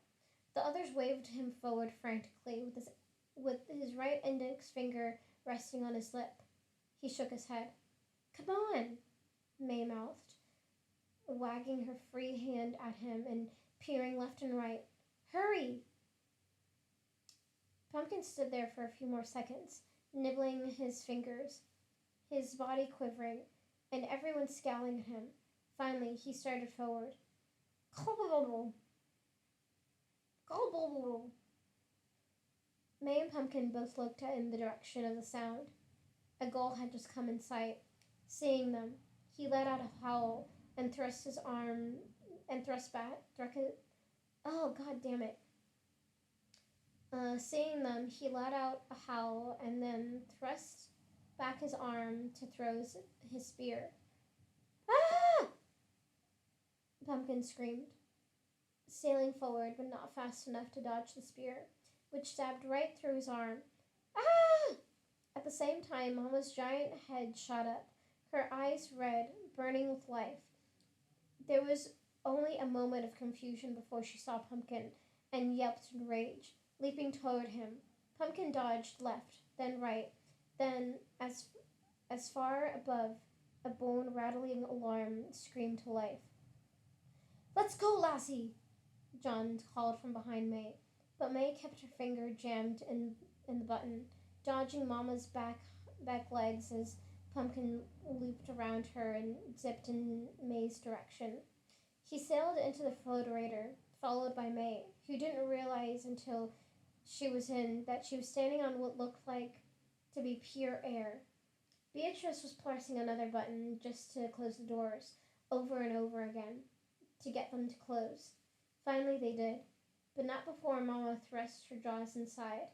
The door slammed shut on the sides of her muzzle, making her yelp. Her blood-red tongue lashed out hard, smacking Fabio backward. On instinct alone, May grabbed the spear sticking out of Pumpkin's arm, yanked it out, and jammed it into the beast's nose. Pumpkin's scream and Mama's howl sounded in unison. Beatrice, Fabio, and Pumpkin flew toward the nose and slammed on it with their fists until finally Mama yanked her head back. The sound of gulls running and yelling could be heard as the door slammed shut. John floated forward and pressed the top button. Floor 1,000, no, floor 1,007,869. The floaterator gave a loud whine, and then May found herself zipping upward so fast that everything became a blur. We're going so high, May thought, and her stomach did a sick little flip. Looking up, she saw a ball of light, like the sun, directly above her. She started feeling hotter and harder. It felt like they were all hurtling right into the sun. A moment later, the whiteness divided itself into a prism of light.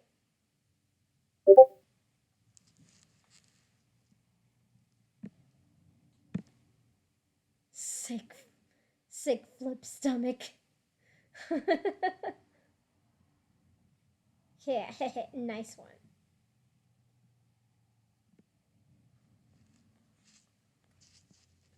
Alright. Oh crap. That's not what I want to do. There we go.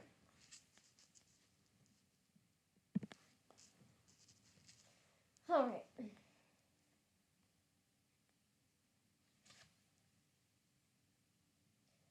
Looking up, she saw a ball of light, like the sun, directed at her. She started feeling hotter and hotter. It felt like they were all hurtling right into the sun. A moment later, the whiteness divided itself into a prism of light, shooting rainbows down and all around them. It looked like they would crash right through it. May closed her eyes. That morning, all eyes in Ether were turned to the internal edifice, where it was said 3 specters, a ghost, and a live one had managed to sneak in. Not one spirit, not even the sniffing phantom, had its eyes turned to the area outside the west wall. Anyone who had been looking would have noticed an unusual sight. A group of more than 1,000 ancient Egyptian spirits had gathered in a giant rolling wooden mouse, 100 yards or so across the sand.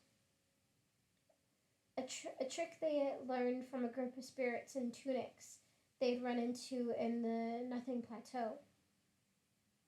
And they were waiting for instructions from their spies within the city who were trailing Big Ears.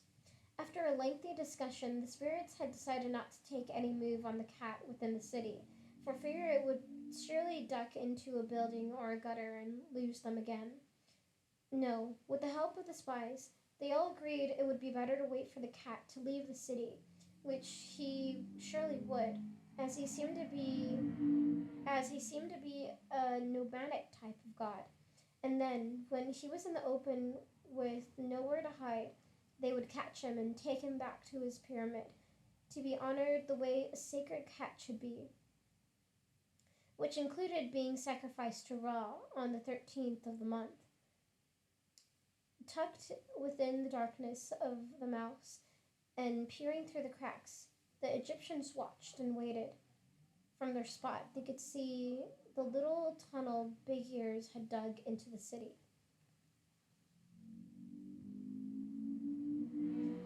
Okay, that is the end of chapter 26. But I'm gonna read one more chapter because this chapter is so goddamn good. Like, you're gonna want me to read more after this, but I'm not gonna do that. I'm just gonna make you wait.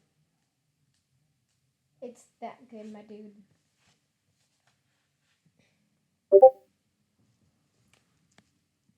It is some fucking cool shit. I love it.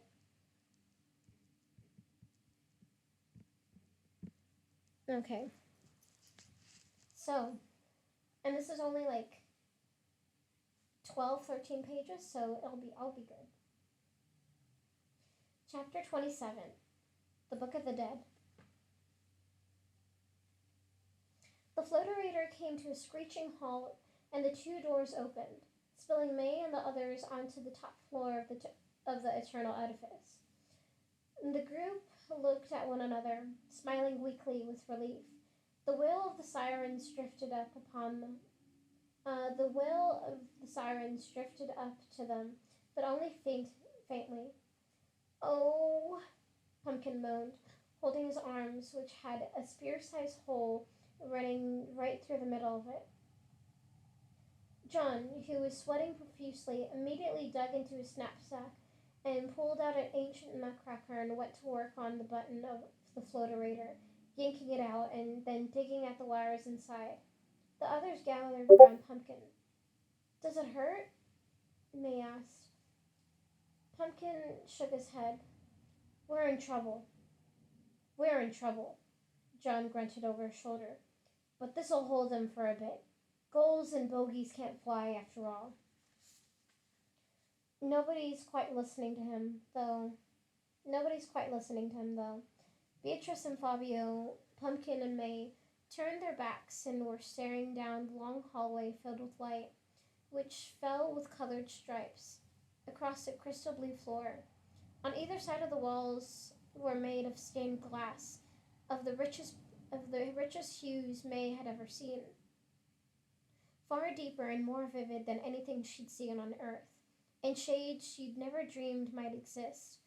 In several places the glass had shattered, leaving shards scattered across the floor ahead. A revolving door spun at the end of the hall. The group drifted slowly down the hall in silent awe. The hall felt so far above everything happening in the city, and it was so breathtaking that for a moment the danger below seemed a distant memory. The glass, once May looked at it more closely, appeared to depict different scenes. The first, on her left, she knew well, and she was no longer surprised. It was of a giant tree growing out of the snow, but lush and full of green leaves and giant magnolia flowers.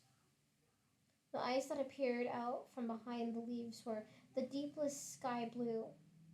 Were they hunting her? Welcoming her? Chiding her? The eyes were too mysterious to tell. May moved on.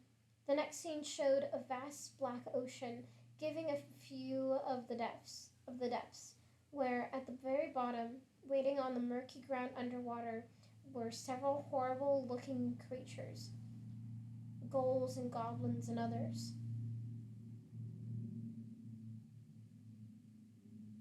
That must be South Place. That must be South Place, John whispered behind her, his voice shaking. The next scene was one May recognized. It was of Earth, but divided into four corners, with a tiny star marking a spot in each corner. The portals? May whispered. Surrounding the Earth was a large border, but surrounding the Earth was a large border, also divided into four parts. In each there was a scene from Earth. Monkeys gathered around a steaming pool with Mount Fuji in the distance. An old airplane flying above an aqua blue sea dotted with islands. A stone well in the middle of the desert. May! Pumpkin gasped, thrusting his white finger toward the last scene, but May had already seen it. The picture was of a small, swampy lake. Sorry, I gotta fucking adjust my fucking pants.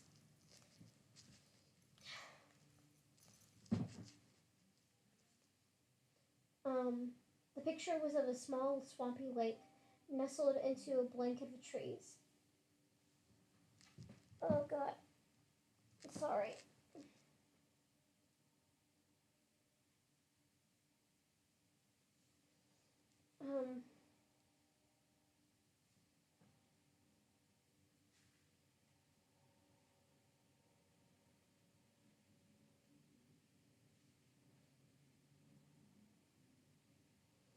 Um, what was I?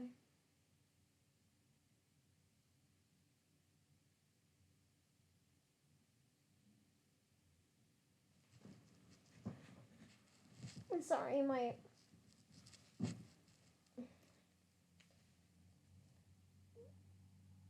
got a little itch, so I needed to scratch it. Alright, where was I? The picture was of a small, swampy lake nestled into a blanket of trees. Far off in the hills beyond it, a white house could be seen. Tears quivered on May's eyelids. She felt an arm around her, and May leaned his big, round head against hers. We're close, he whispered.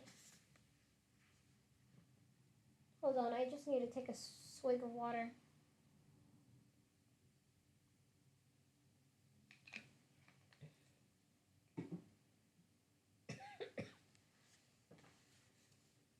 Okay. May accepted his cold hug gratefully. She hoped he was right.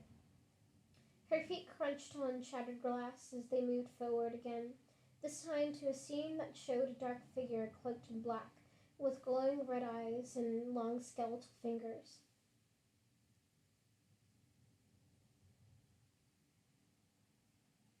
He held up a hand while a group of 4 eight-legged creatures bowed to him.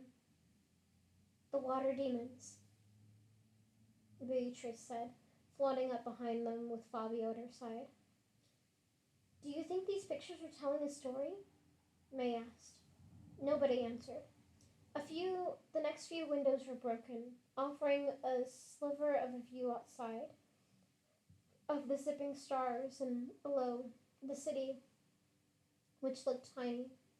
May's fear of heights sent her knees wobbling and her stomach churning. She could see where Ether ended and the desert began.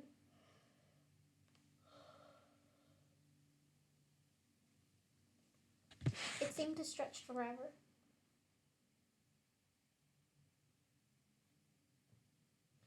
A heavy thud fell on her back. What are ye all standing for?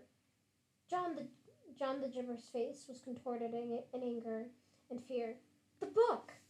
He dragged May forward and back by the back of her bathing suit.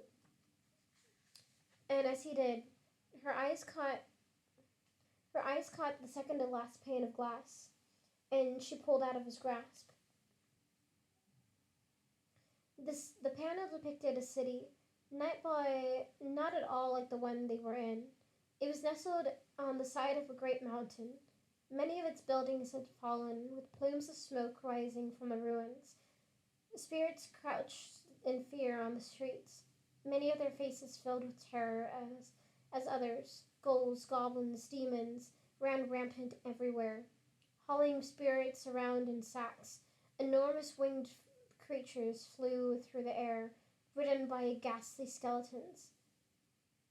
Have you ever seen a city like this? May asked John. He had come to a stop, and now he stared, pale-faced, as mesmerized by the scene as she was. He licked his lips nervously and shook his head.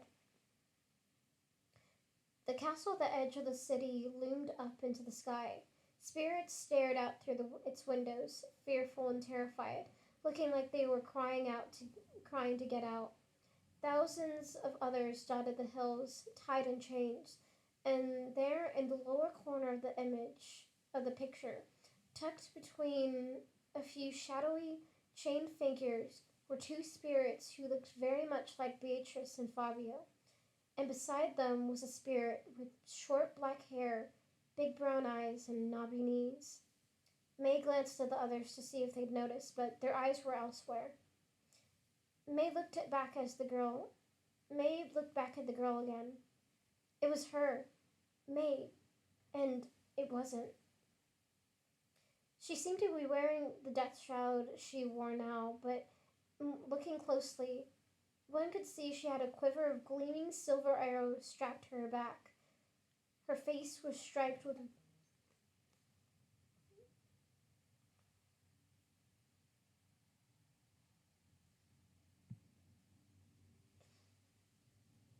Do ghosts feel pain?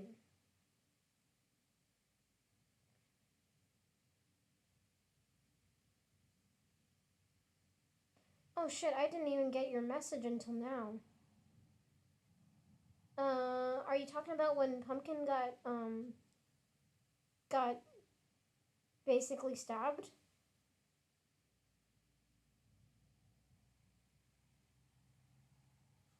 Yeah, I didn't. Yeah, sorry, I didn't even see that message.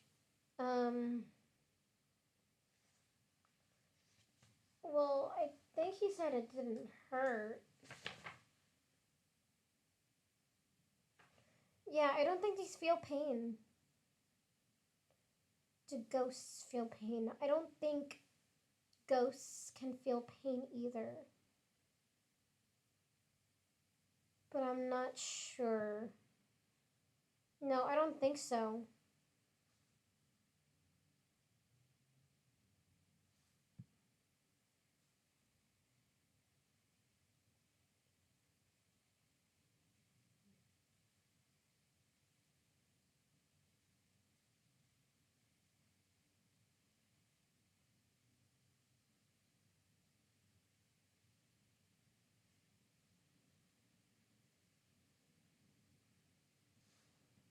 Oh, yeah, it definitely would. That'd definitely be the worst trade deals of all trade deals. Um, also,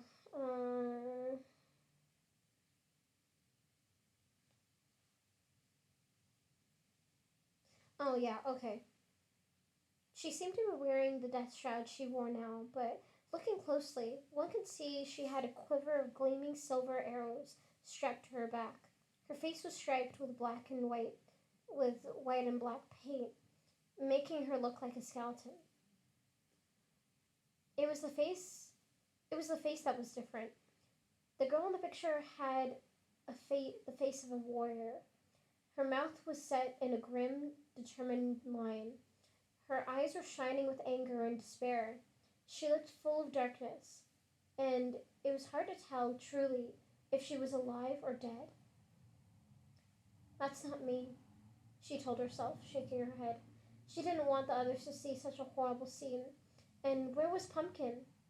Quickly, she glanced toward the final panel, but it was shattered beyond recognition. What happens? She reached down and sifted frantically through the shards of glass on the floor beneath her. What happens to everyone? Ow! She lifted her hand to watch the stream of blood trickle down from where she'd sliced her skin. At the same time, she heard the faint barking of dogs. May felt all the blood run.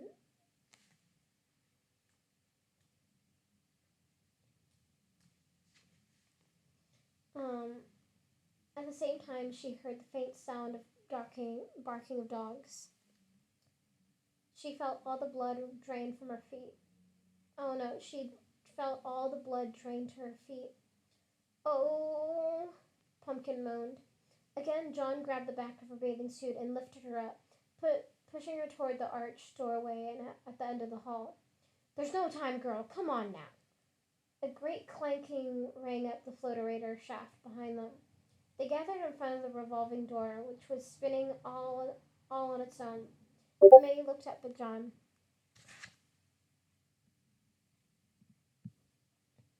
Uh, it doesn't seem like she's losing a lot of blood.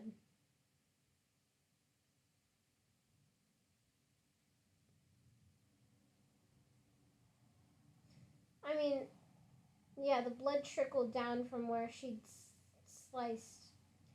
To watch the stream of blood trickle down.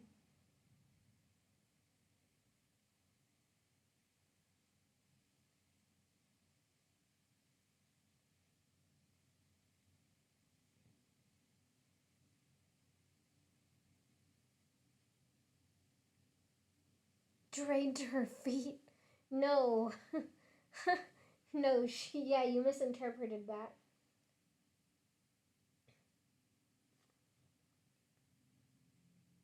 Yeah, no, you totally misinterpreted that, babe. Alright.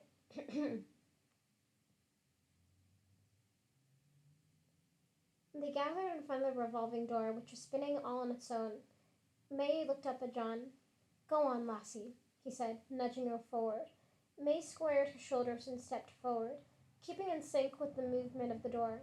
It spat her in a cylindrical room with no windows. In the middle of the In the middle was a podium, and on the podium sat a small black book. The others followed John. The others followed. John came through last and hurriedly jammed his sack into the door to keep it from rotating. Everyone looked at May expectantly. You are going first, Fabio said, tapping her shoulder lightly. Go on, May. Go on, May. May looked at Pumpkin and Beatrice for approval, then stepped up to the podium and reached her hands gently toward the book. As soon as her hands touched the cover, it began to glow and buzz. Wincing slightly, she pulled it open. Behind her, everyone gasped. You got it! You've got it, lass! May's heart raced with excitement. The page that opened before her was filled with thousands of words and lines, and the lines twitched slightly. It took a moment for May to realize the words were changing, shifting, and rearranging themselves. She was in the A's. She read the first passage her eyes came to. Abraham Lincoln, former president, killed by shooting, retired in the southern town of Gaunt, enjoys golf and long floats along the sand. I guess it's alphabetized by first name, May said. Then look for Sheba, girlie. Look, remember, you're looking up the treasure first. But May was inches from finding out how to get home, and Beatrice needed her mother. It all seemed much too important to. John reached for the top of her bathing suit, squeezed it into his fist, his face forming itself into a mask of grim, seething anger. Do it, lass! May, flipping through the S section, looking for Sheba. There was nothing. She shook her head. There's nothing here on Sheba. Check again. She did, and shook her head. John leaped forward as if to throttle her, but Fabio stepped in front of him stiffly. She said there was nothing there, he boomed, readjusting the parachute on his back. I am suggesting you back up. Just then, a loud whine from down the hall announced that the floaterator had rode back into life. Pumpkin whimpered and pressed himself against the part of the wall farthest from the door. Fabio wrapped his wrist tightly around Fabio wrapped his arms tightly around Beatrice, whose eyelashes fluttered madly. Look up John the Gibber, then, John cried desperately. Hurry! Find out how I make me riches. May nodded, biting her lip, her pulse thumping in her ears, and flipping through flipped through again. John the Gibber, John the Gibber. Ding! They all looked at the door. Down at the hall, the muffled sounds of barking were followed by the sound of the floaterator door sliding open with a creak. Go on! John cried. May looked down at the book. Here it is! She stabbed at the entry with her finger. Here it is! John the Gibber, born 1805, betrayed his fellow smugglers to the King of England and led them into a trap from which they escaped, was later found by some same smugglers and murdered, resides in Nynaeve's grotto for more than 200 years until... May paused. The barking was no longer muffled. It sounded like it was right outside the revolving door, accompanied by the sound of goals.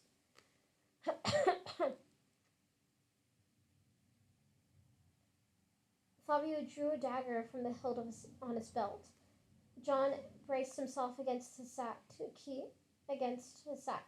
keep the door from revolving. Go on! May swallowed. No, read it! May let out a deep breath. Met his second death on the top floor of the eternal edifice, where he was sucked into nothingness. John cried out and backed up harder against the door. At the same time, in front of May, the pages began flipping on their own. May gazed down in amazement. They flipped to the M's, then to the MA's, and then there was her name. Maybird, a type of bug found in the West Indies which mates in May. May Mary Bird, Irish, born 1863, died 1923 when her buggy went over a cliff. Lives in the Western Territories in town of Flat Canyon. May Mary Bird, Irish, named after her great-grandmother, see above, born 1940, resides in Pluckville, Iowa. May's breath caught when she landed on the next name. May Ellen Bird, born in the portal town of Bury Swamp, West Virginia, currently standing in the tower of the Eternal Edifice. May's throat went dry and cold. There was a loud crash, but she didn't look up. She felt as if she'd entered a deep trance. The words of the entry kept changing, arranging themselves into different lines. May tried to read each one before it changed. Little known visitor to the Ever After, who returned home to Bury Swamp, West Virginia, after a brief and ineffective sojourn in the Ever After. Known far and wide as the girl who destroyed evil Bo Clevel's reign of terror, resides in Bury Swamp, West Virginia. Little known visitor to the Ever After, was sucked into nothingness on the north edge of the city of Ether. May was gripping the paper so hard that it ripped in her hands, the sheet with her name on it remaining between her fingers. She didn't notice the barking had gone quiet. It doesn't say how I get... She looked up, and at the same time, her whole body went numb. The door was no longer there where it had been. It was lying shattered on the hallway. Pumpkin, Beatrice, and Fabio were in the arms of a group of ghouls, and beside them, his black top hat resting perfectly on his head, his white eyeballs trained on May, and his sharp pointed teeth revealed in a wide grin, stood the bogeyman, holding a leash full of panting, sitting black shuck dogs. He tilted his hat at her, his white eyeballs glinting. He drifted forward and took the slip of paper out of May's hands, then ran his fingers along the words and nodded. His face then contorted into a fearful grimace, and he smiled again, shook his head at her, and waggled one finger in a no gesture. There was a tiny suction cup at the tip of the finger, just as John had said. The bogey then turned to John the Gibber, who cowered against the wall, Slowly, he raised the same finger toward him. John squirmed. Sir, I know what this must look like. You see, it's like this. I promised the phantom I'd bring I promised the phantom I'd bring her to the front hall, but you see, John swallowed loudly. The little rascal gave me the slip. Run up here to get at the book. I was just trying to stop her when the bogey pulled his hand back and placed his finger against his chin, as if he was listening thoughtfully. He kept smiling. His smile sent deep chills through May, who took in what John was saying slowly, flabbergasted. Now, ye all promised me my freedom, you know. If I brought her in, she's got the letter, you know, from the northern spirits. On her side, on their side she is. I found it myself. Just go on and look in her knapsack, and I'll just be on my way. John let out a nervous laugh and took a few steps sideways toward the floaterator at the end of the hall. The bogeyman smiled extra wide and checked his chin up and down a few times as if he was joining the gibber in a joke. Then she shot out his hand again, pointing his fingers toward John. John's eyes widened in terror. No! Oh, please, no!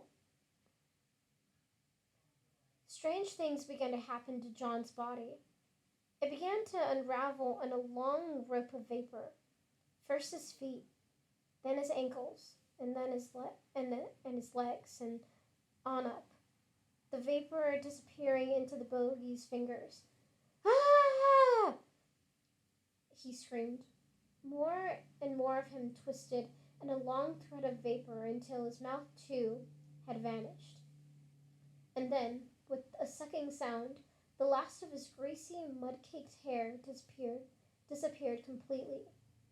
Oh! Pumpkin moaned as the bogeyman looked around at them all.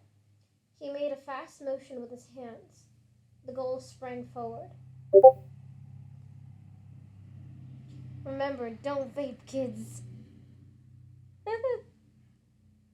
Yep, don't vape. Vaping is bad. Vaping is really bad, kids. Summer Kitty knew something had gone horribly wrong. The little bit of fuzz covering his body stood up on end, along with his tail. Oh God, hold on. I need to drink something right now.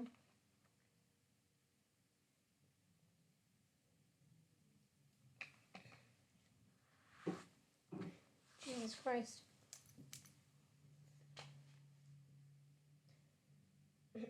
Summer Kitty knew something had gone horribly wrong. The little bit of fuzz covering his body stood up on end, along with his tail, crouching in a duck across from the eternal edifice. He was bewildered by the chaos surrounding him, but his gut told him that May was so close. That May, so close, was in trouble. He had picked up her tracks in front of the bakery and followed them here, where, curiously, they had doubled back. Another scent, rising up from far below the street, told him she had returned this way, right into the great building before him. He had searched the building from all sides, sniffing along the bottom of its wall, and that had taken more than an hour. Now he watched the front stairs, the only entrance he could find, and tried to gauge his chances of darting fast enough to make it through the ranks of horrible creatures staggered along its stairs. Summer Kitty could think of no other strategy. If he was going in, he was going in like a warrior. After a deep growl, he leaped forward. He took the stairs two at a time. For a moment, the creatures were too shocked to do anything, and then they began lunging for him, jabbing toward him with their spears and swiping him with their claws. Instead of him, ahead of him, the golden doors stayed. Ahead of him, the golden doors stayed resolutely closed. Summer Kitty slammed into them, turned with his back against them, and hissed, swiping forward with his tiny right paw. A few a few of the creatures made a sound like laughter. They swooped in to claim him. And that's the end of that chapter.